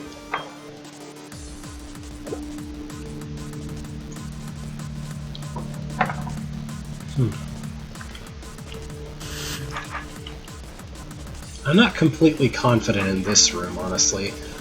That kind of works, but it's not great.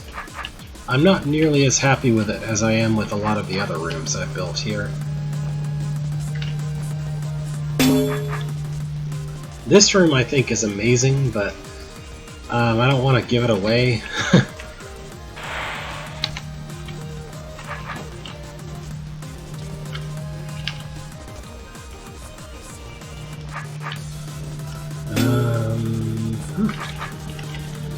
Alright, well, I'm going to export this before I forget.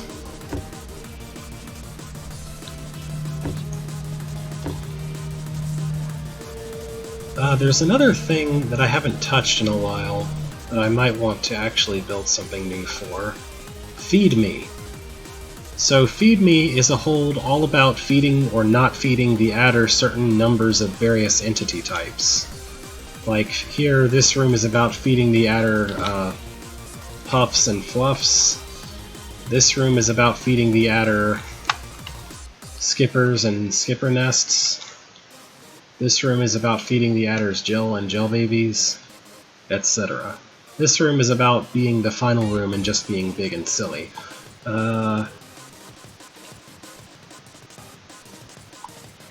So I had a vague idea, but not a good one, for a room about feeding the adder a slayer.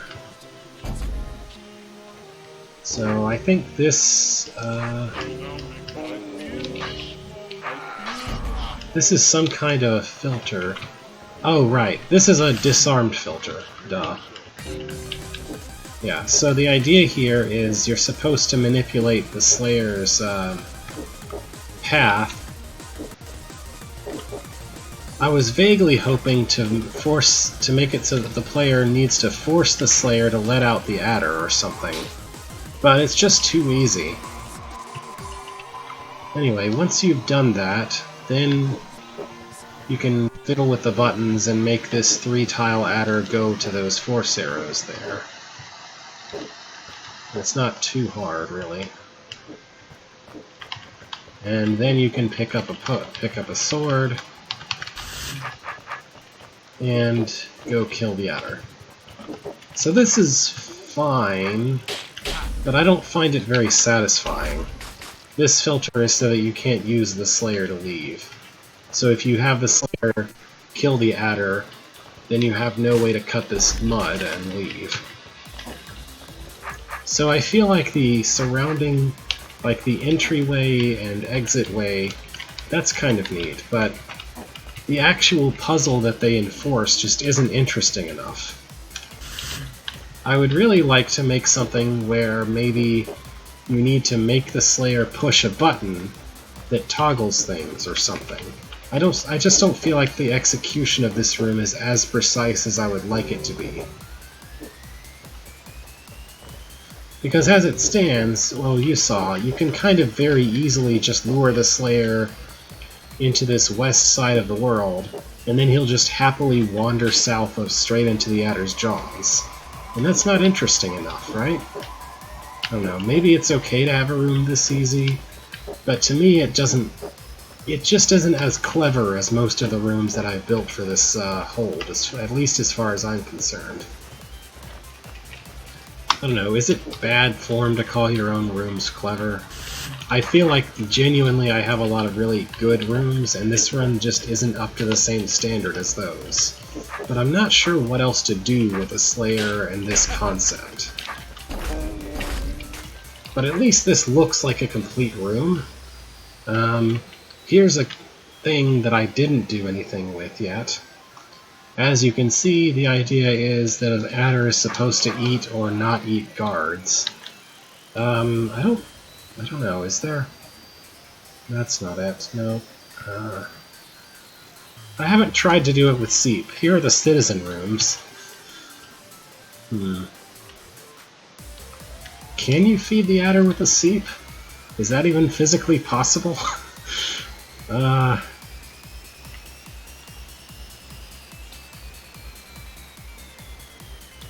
Well then, I guess I should try. Let me see, I don't want to mess up any of these. I don't remember for sure if any of these rooms will be messed up by adding a passage. I think this one is carefully structured somewhat. I'm just trying to see where I can fit a new room without... I think I can just put a room here and have this spiral... Excuse me. Have this as of yet incomplete room spiral around to it.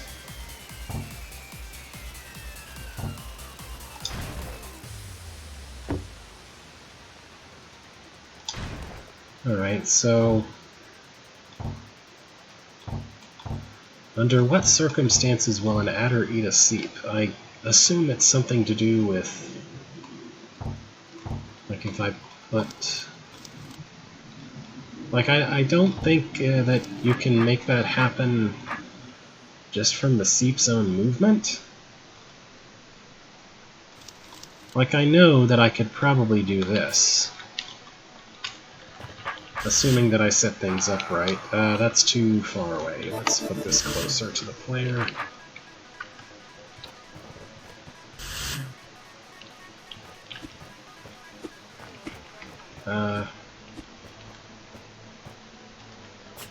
Yeah, okay. So that's how you can do it. I'm not really sure how to make that interesting, though. I mean, I could just ask the player to literally do this, but that's, again, not really up to the level of cleverness that I've been exhibiting in a lot of this hold.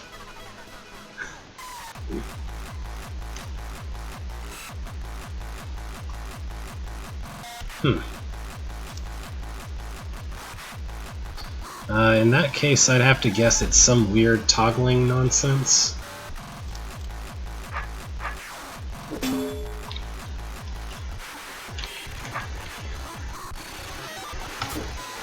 Alright, that also works.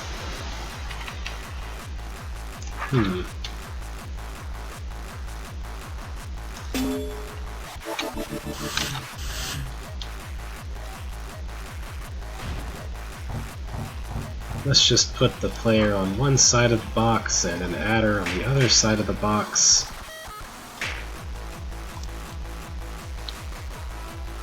I might need a Ring of Pit, actually.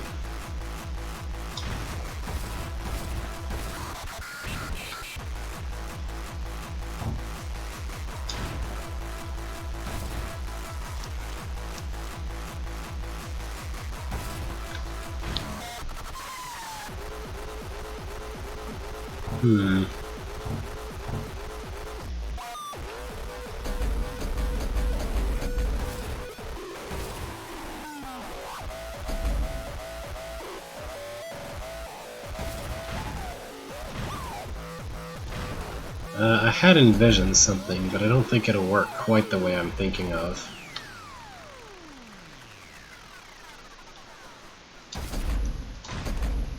Oh wait, suppose I do something like this.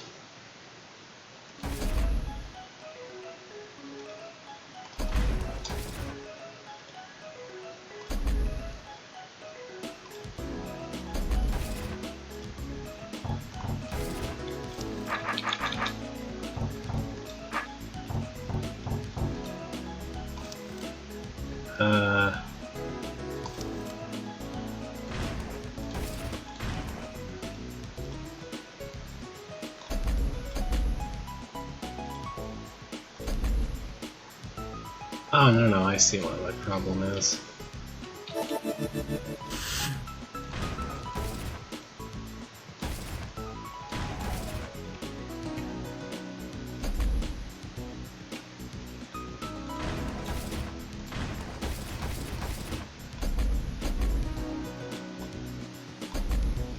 This is an absolutely non-final concept kind of scribble, but...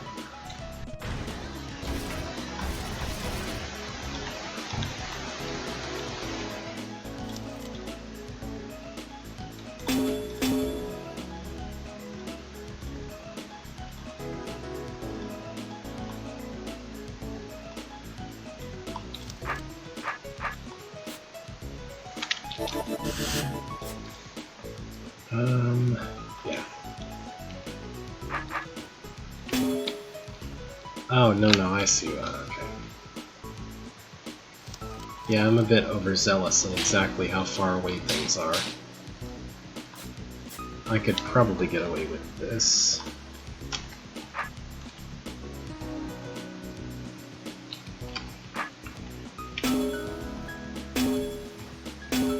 So technically that works.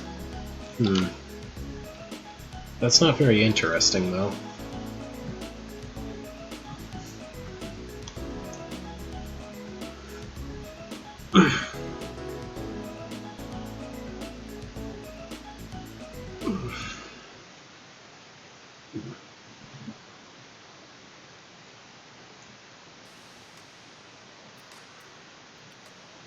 I'm curious, with the player activating the orb, does it matter?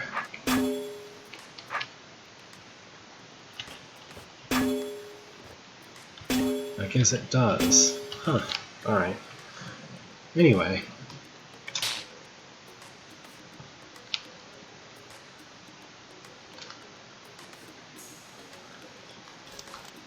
It would seem like it shouldn't, because the player's the one changing the state of the orb. I guess the issue is that the seep dies and then the adder moves onto its corpse instead of the adder... Yeah, okay. That makes sense. I just wasn't thinking about it that way. Let's move the control room over here. And change things around a little bit.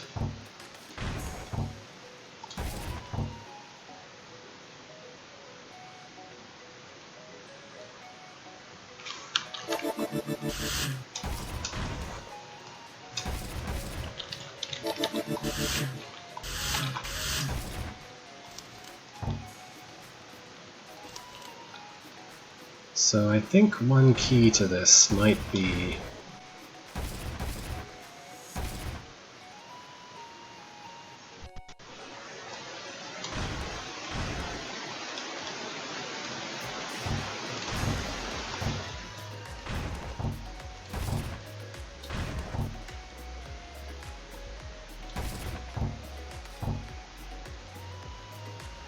why does this look so misshapen? That's why. That looks a little better. That looks normal. That looks nice and kind of symmetrical-ish. So I need to move the adder, or somehow change the way the adder is placed. Let's see, none of these force arrows. Let's put some pits, and... yeah, something like that. Start the adder off like this. There needs to be some kind of release valve eventually, which the adder can use to leave and go do something.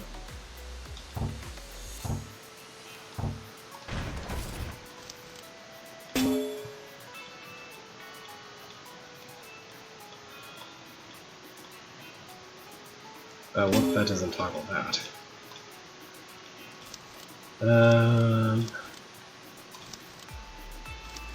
Suppose that I start the seep off over here. I allow this to be a bit misshapen.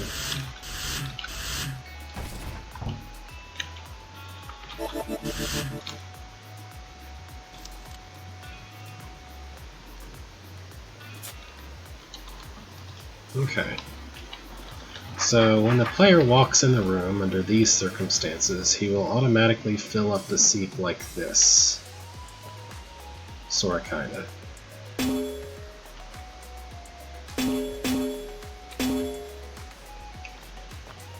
This isn't necessarily the best place for the adder to be. Suppose that I do that and place something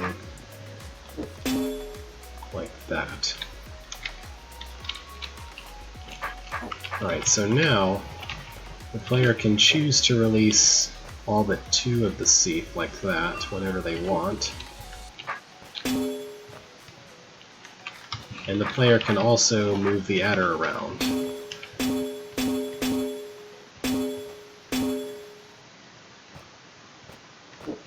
I might want to change the seep release valve so that it doesn't work quite like this, but I don't know, it kind of works maybe.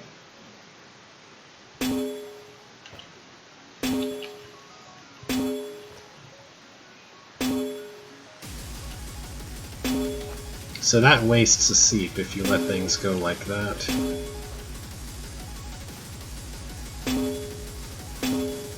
It's kind of interesting that this might use the behavior that the adder... So, this situation right here interests me a lot. If it just so happens that the adder's body is in the way of the seep when I close the door, then it stays in the way. I wonder if there's a way to force the player to make use of that, but I'm not really sure what that way would be.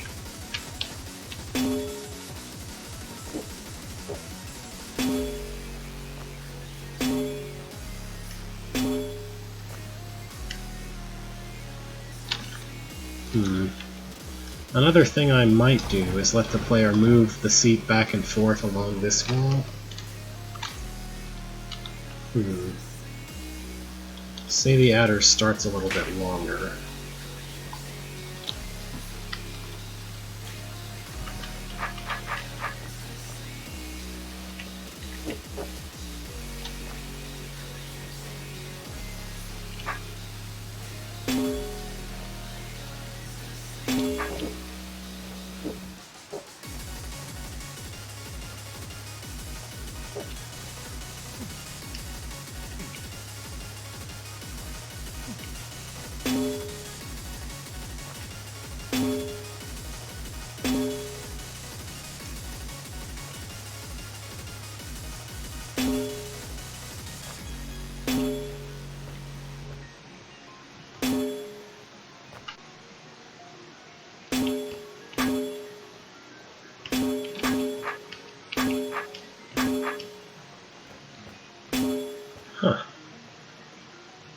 I think I could make something interesting of this if I just ask the player to feed the adder as many seep as possible within a limited number of toggles or something.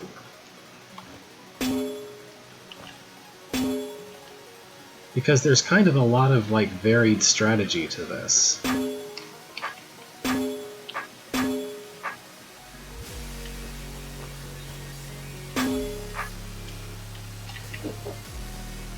I'm not exactly sure what the limit on seep fed should be. Maybe should change the...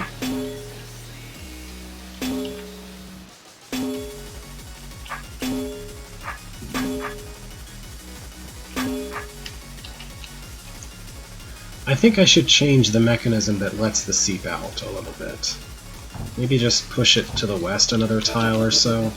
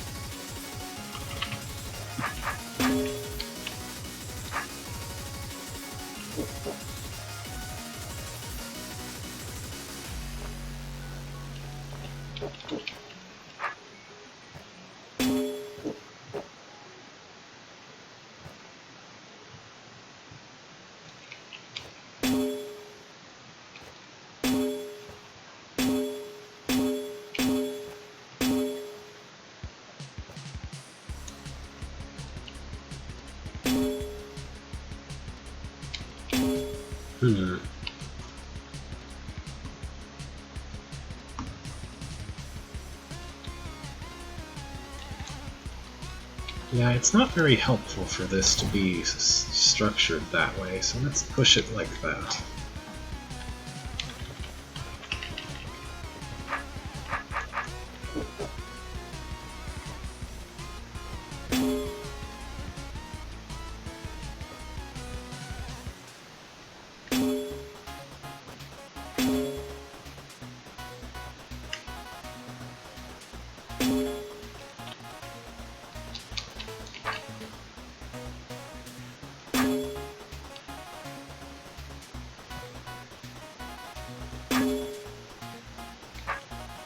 It's almost too easy to just...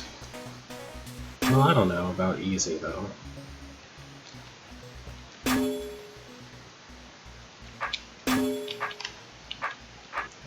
I'm just wondering if some of this might be numerically overkill.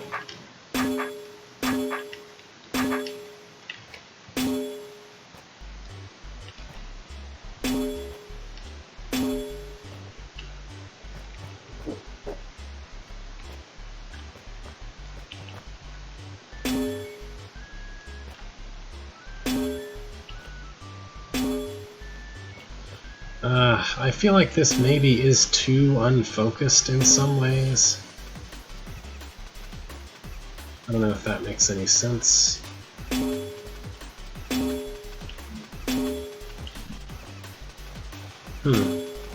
Once the adder gets kind of long, it becomes really inconvenient to try to feed it another seep, though. which is maybe something I could work with.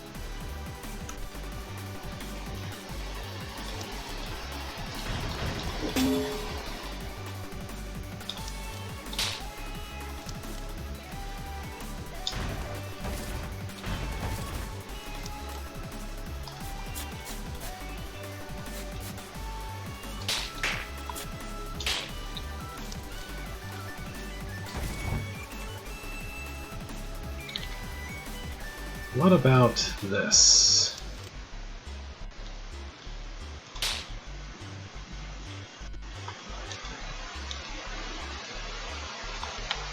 One, two, three, four, five, 6, 7. So I think if he eats 6 things now, then he should be as long as he can be within a constrained space. Not quite. There's still room for one more. So I need to make him 1 tile longer.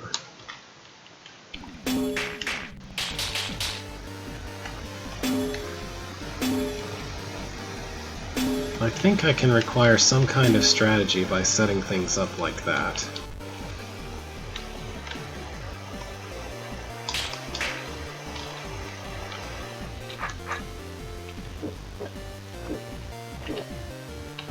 And I think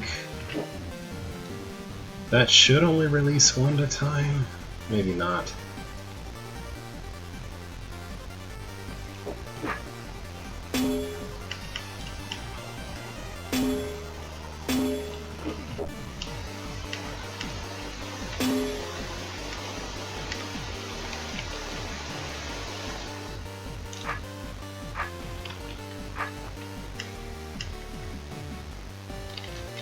Something else I could do is place a down arrow right there. And 90, okay. Oops. Make it 9, alright.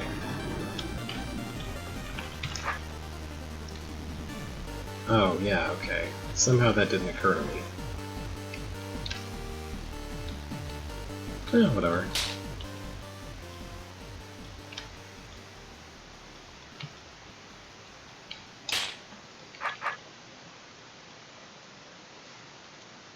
I lost the seep in the enemy toolbar for a minute there. Alright, there we go.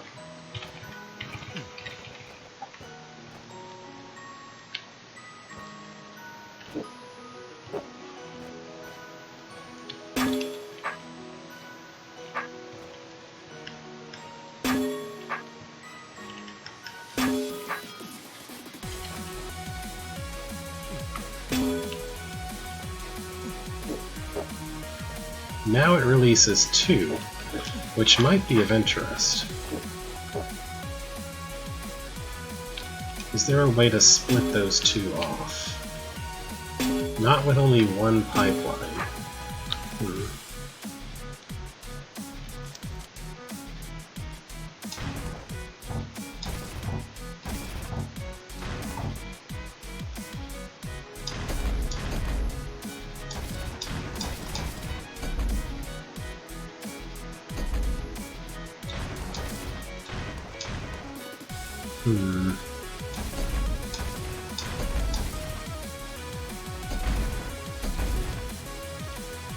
So inserting a little bit of what we had before back in.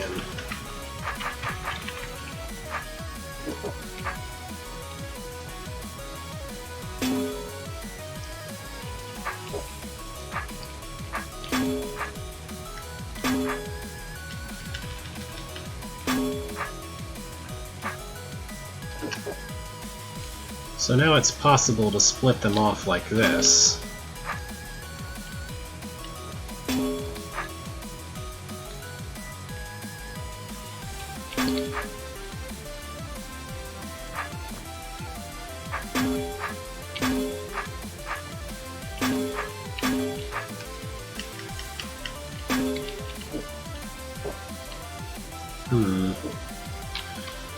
What if I change this pipeline to something that releases 1, then 2, then 3?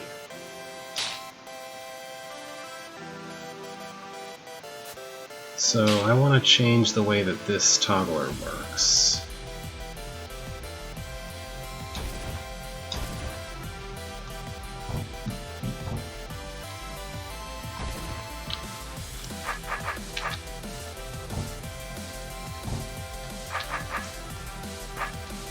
Maybe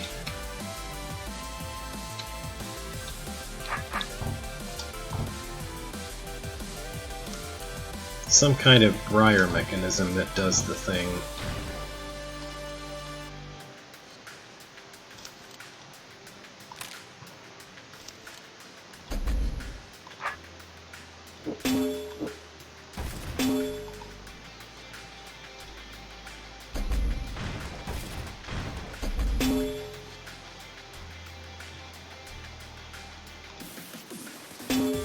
I forgot how to do this sort of thing.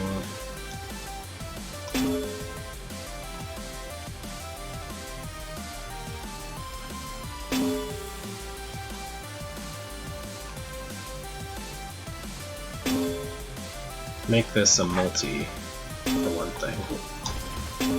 Right, so the first time you press it, it opens that and closes that.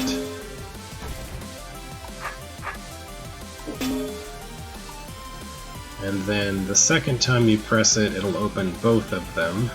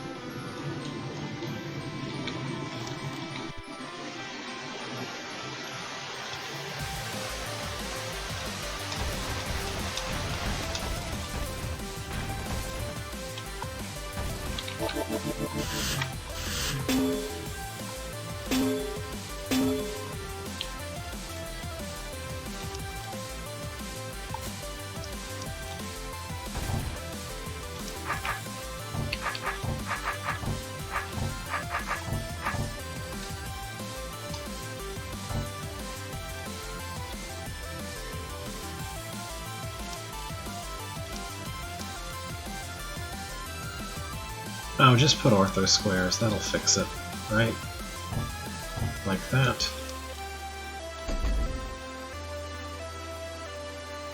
And then this can also open that, but have this close it.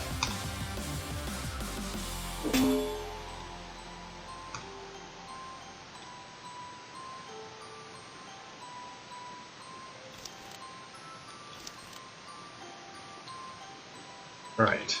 I think that should work. So the first time you press this, it releases one guy, then it releases 2 of them at once, and then it releases all 3? No. Oh yeah, I didn't set this to actually open anything. Durr. So you'll have to push it an extra time with this setup, but that should be okay, right? Yeah, I mean, that's a little bit annoying, but I don't know. There's probably a better way to set this up that wouldn't have that behavior requirement, but I think this works well enough, probably. It's fairly clear what things do, I think. So first you get one guy, and you can just pipe him right through. Like that. Then you get two guys, and you need to be a little careful so that they don't gum up a single passage.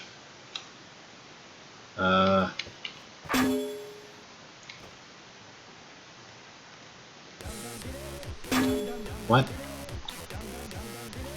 Oh, okay, that's why some connection didn't look the way it should. I accidentally that to those. The orb was accidentally connected to the lower area, which it shouldn't be.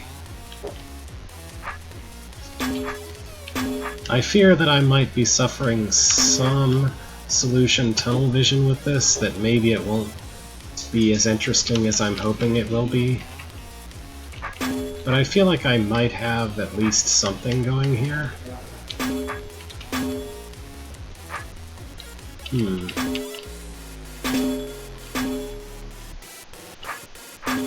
You know, what if I were to completely remove this northern one?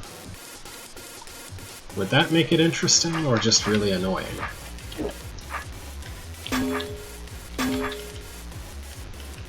So you kind of get one of them for free, like that.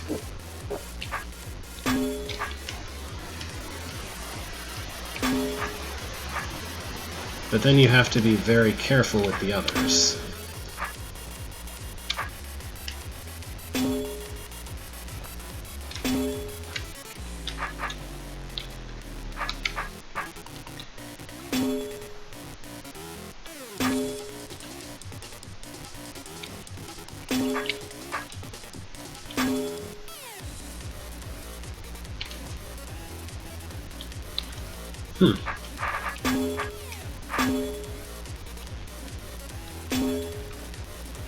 Yeah. So when you have two of them,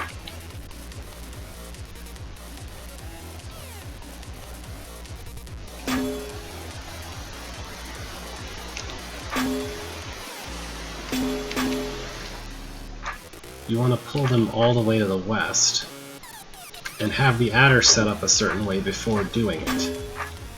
This might be really interesting like this. I don't know. We'll see, right?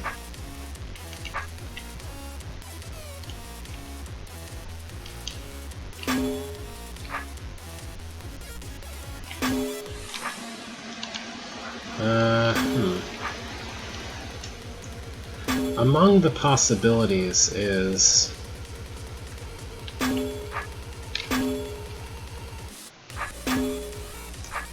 Okay, you can just make the pipeline continue to work with two of them, like this. I was going to say another possibility is the north side of the adder could have arrows attached to it that you can toggle around to change the adder's position. I'm not completely sure that that would be very interesting, though. Here you can make the last one delayed.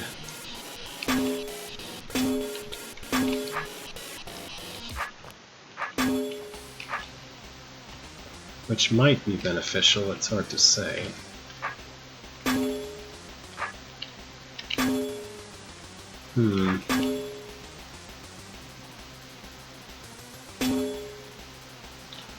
Okay, I think maybe what I'm missing is that there should just be force arrows like that.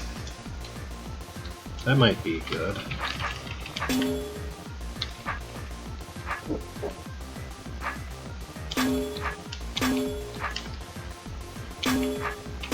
Too soon. There we go.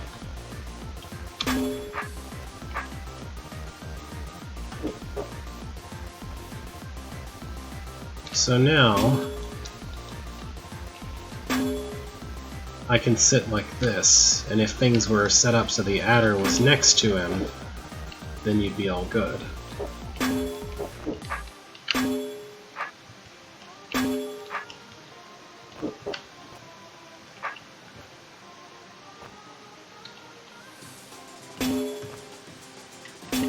Yeah, he'll eat him before he moves.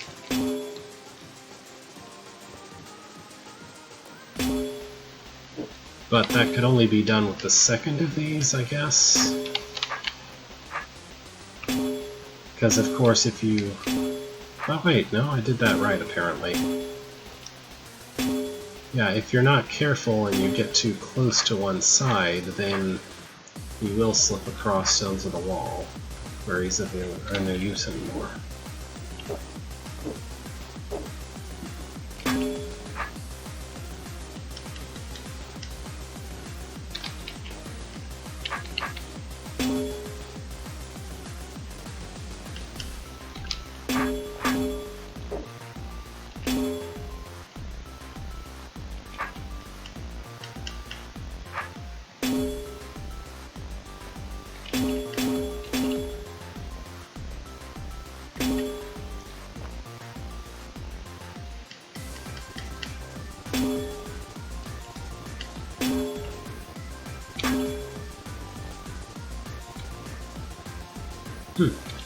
This almost works.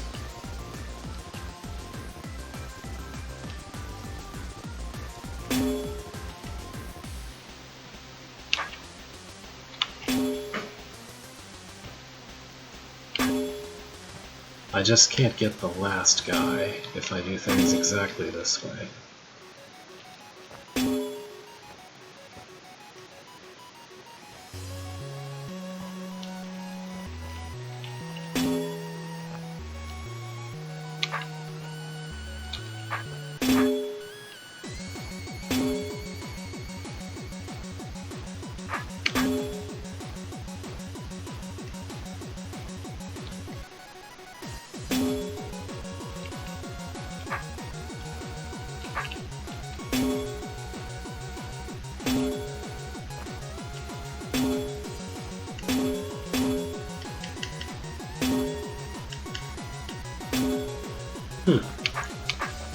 I think this is alright.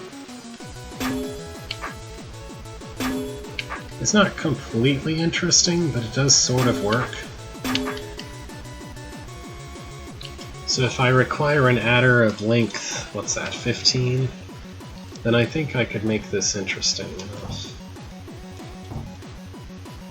And it's easy enough to put in a mechanism for that.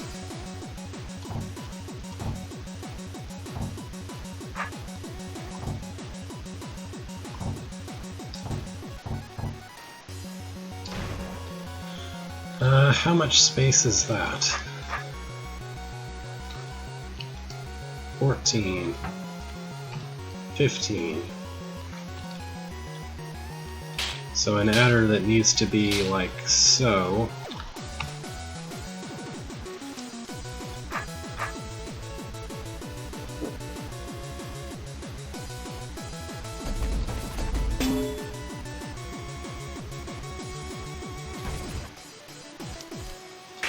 Let me see if I understand correctly what I've built.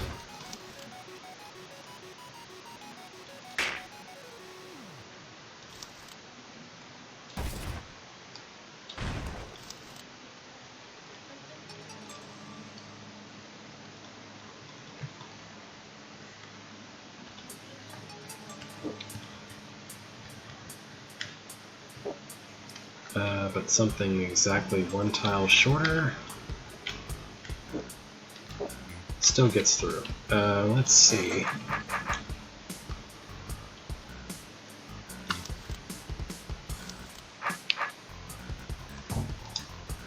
Alright, I'll just stick a hot tile here. Actually, that should be perfectly fine. The hot tile will prevent the briar from growing beyond that point. And an adder any shorter than 15 tail will not make it to the hot tile. I hope this should probably not be exploitable in any way, because it looks really clean and neat.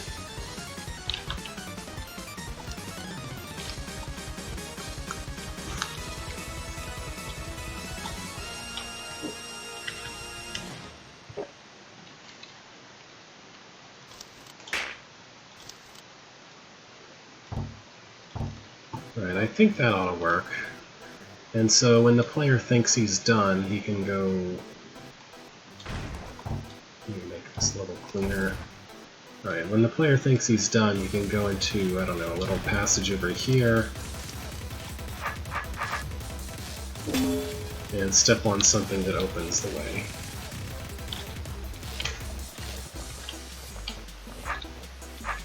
So if you just let the adder through right away, then nothing good happens. But if you solve the puzzle, then it should work. What I could do... What I could do is have the left and right arrows not close until you get to this one. So that things are different from each other. So that each phase feels a little different, hopefully.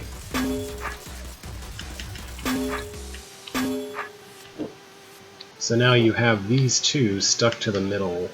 Well, you're stuck with them coming south, and you only have the middle lane to keep them on. But it is possible to do it that way. And then on the third one, you can do what I did before. I didn't do that twice, did I? There we go. You can keep one of them to the east.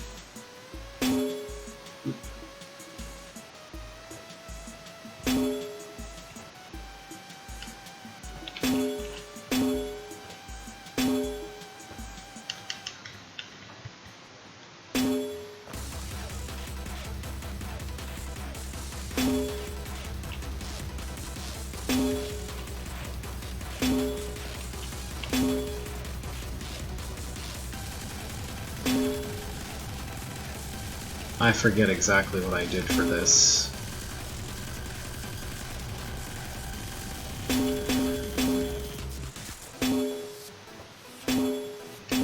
Oh yeah, it's just that. Okay. I guess the trick here is that the adder is now so long that it's actually working to the player's advantage. I'm not sure if there's any way to make the player appreciate that more than it already does, though. Like, I guess in theory you could try to set up something so that the player chooses which groups to put in, but I don't know. I kind of think this works, right? This is a pretty good puzzle. I think this works reasonably well as it is.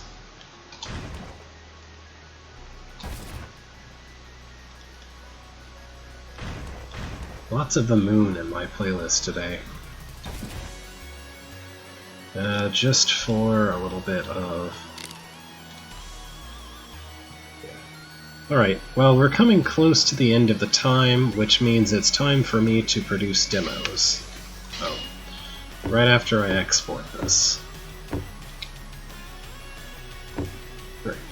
It's time for me to produce demos so that I don't forget what I am doing.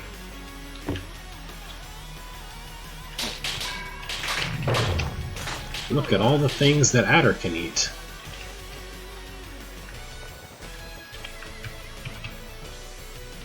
It's not this way, it's to the north, and then to the north again, and then to the east. This room is incomplete. There we go.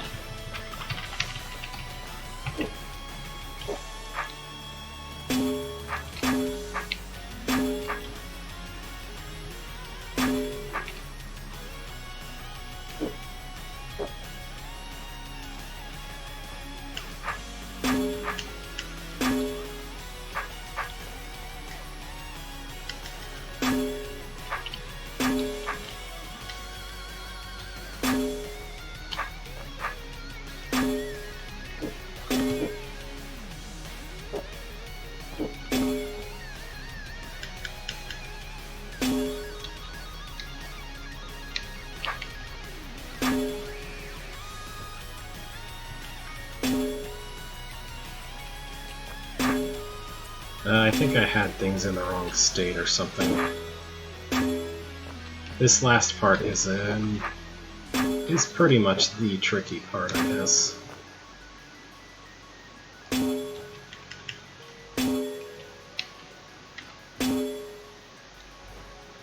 There we go, that's it.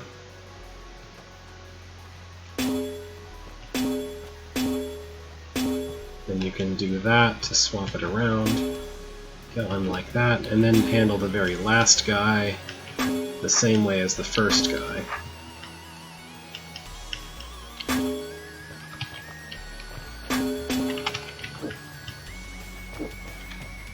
Will the adder always go east if I stand there? If not, I could place a force arrow there or something, but it seems like he'll always go east when I'm standing at that tile. Alright, so we got a demo for that. Extinction doors. I have a room. That's the wrong level. There we go. I should have a restore somewhere? No? Okay. The tutorial rooms are fine anyway, they're not really spoilers.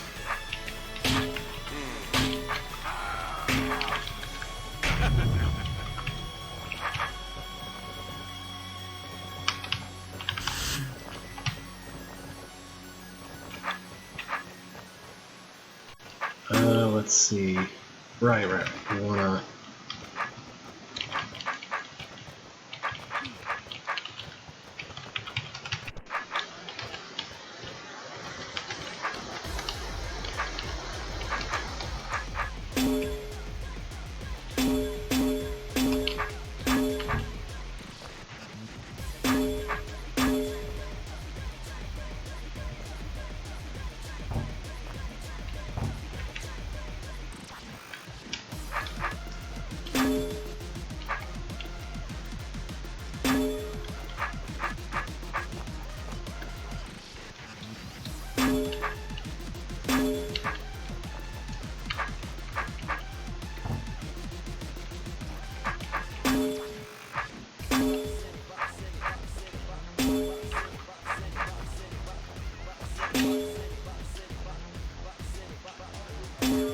Yeah, this is nowhere near as much jerking as...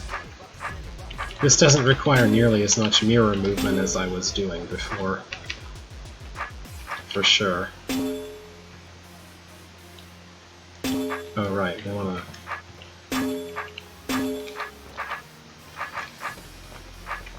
do this on the other side.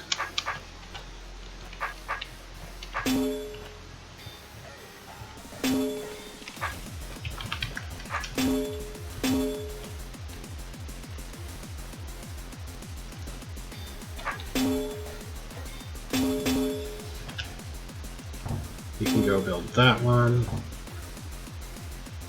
I wonder if I could just let him through, maybe.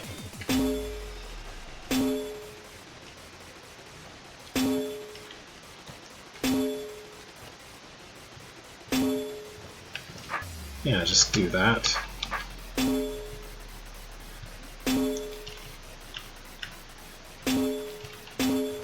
Alright, that'll do it.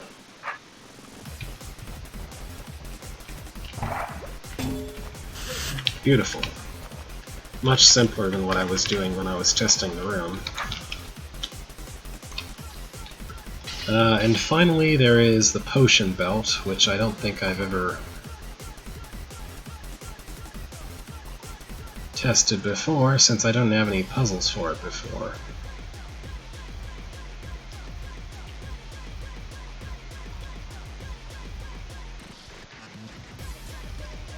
Here it is. Alright, the intro is just a very quick cutscene. There we go.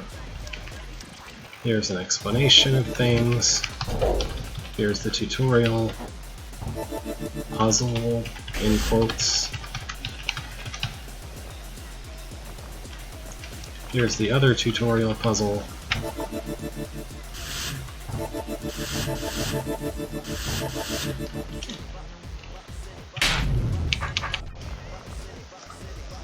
Alright, here's the real puzzle, one of them at least. Oh. Hit the orb.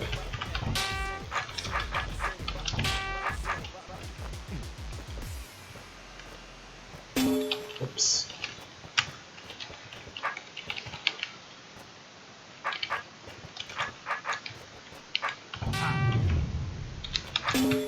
There we go. There is no room here. Yeah, it's just the two versions of this room. So this one, you take 2 invisibility.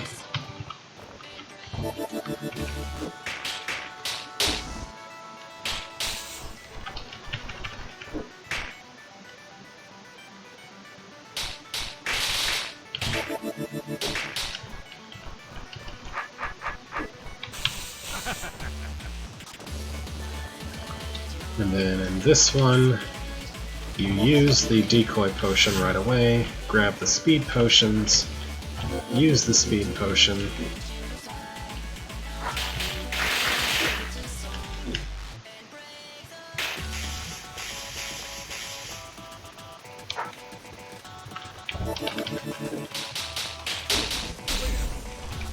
alright, easy. It says exit level, but that won't be the real end, of course. Did I ever... I think I also posted... I think I also exported that one.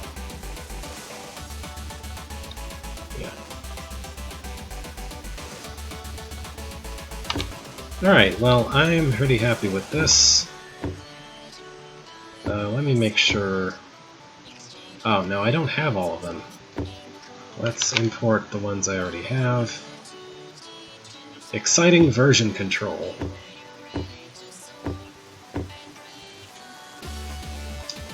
You already got to see some of that.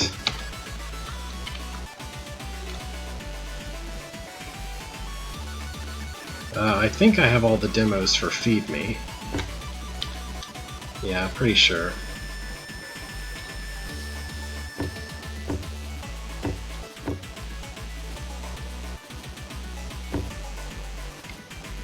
And finally, the potion one.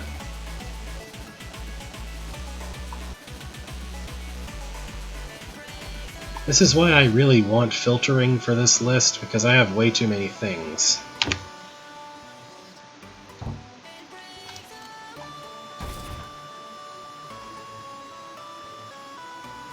I don't know, that can wander off somewhere else, I guess.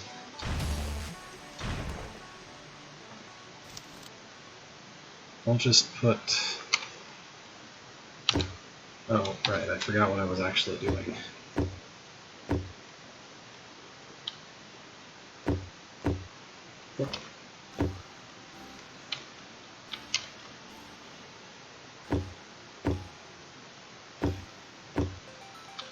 Alright, that's enough. So, this has been fun. This has been honestly more fun than just trying to focus on a single vanilla thing, just sort of zipping around looking for various things to build, because that's honestly how I tend to do my building. Next time maybe I'll actually work on Green Time again. Oh, but next time will be week after next. I'll make a post about this, because next week is the week of Summer Games Done Quick, and I think I will want to watch that. But for the moment, thank you for watching. Oops. And also for your help in coming up with ideas and ways to make things work. Yeah, I don't know what else to say, but yeah, thank you very much. And I hope I'll see you week after next when I do this again, hopefully. I'm just gonna enjoy the rest of this song, maybe, and then sign off.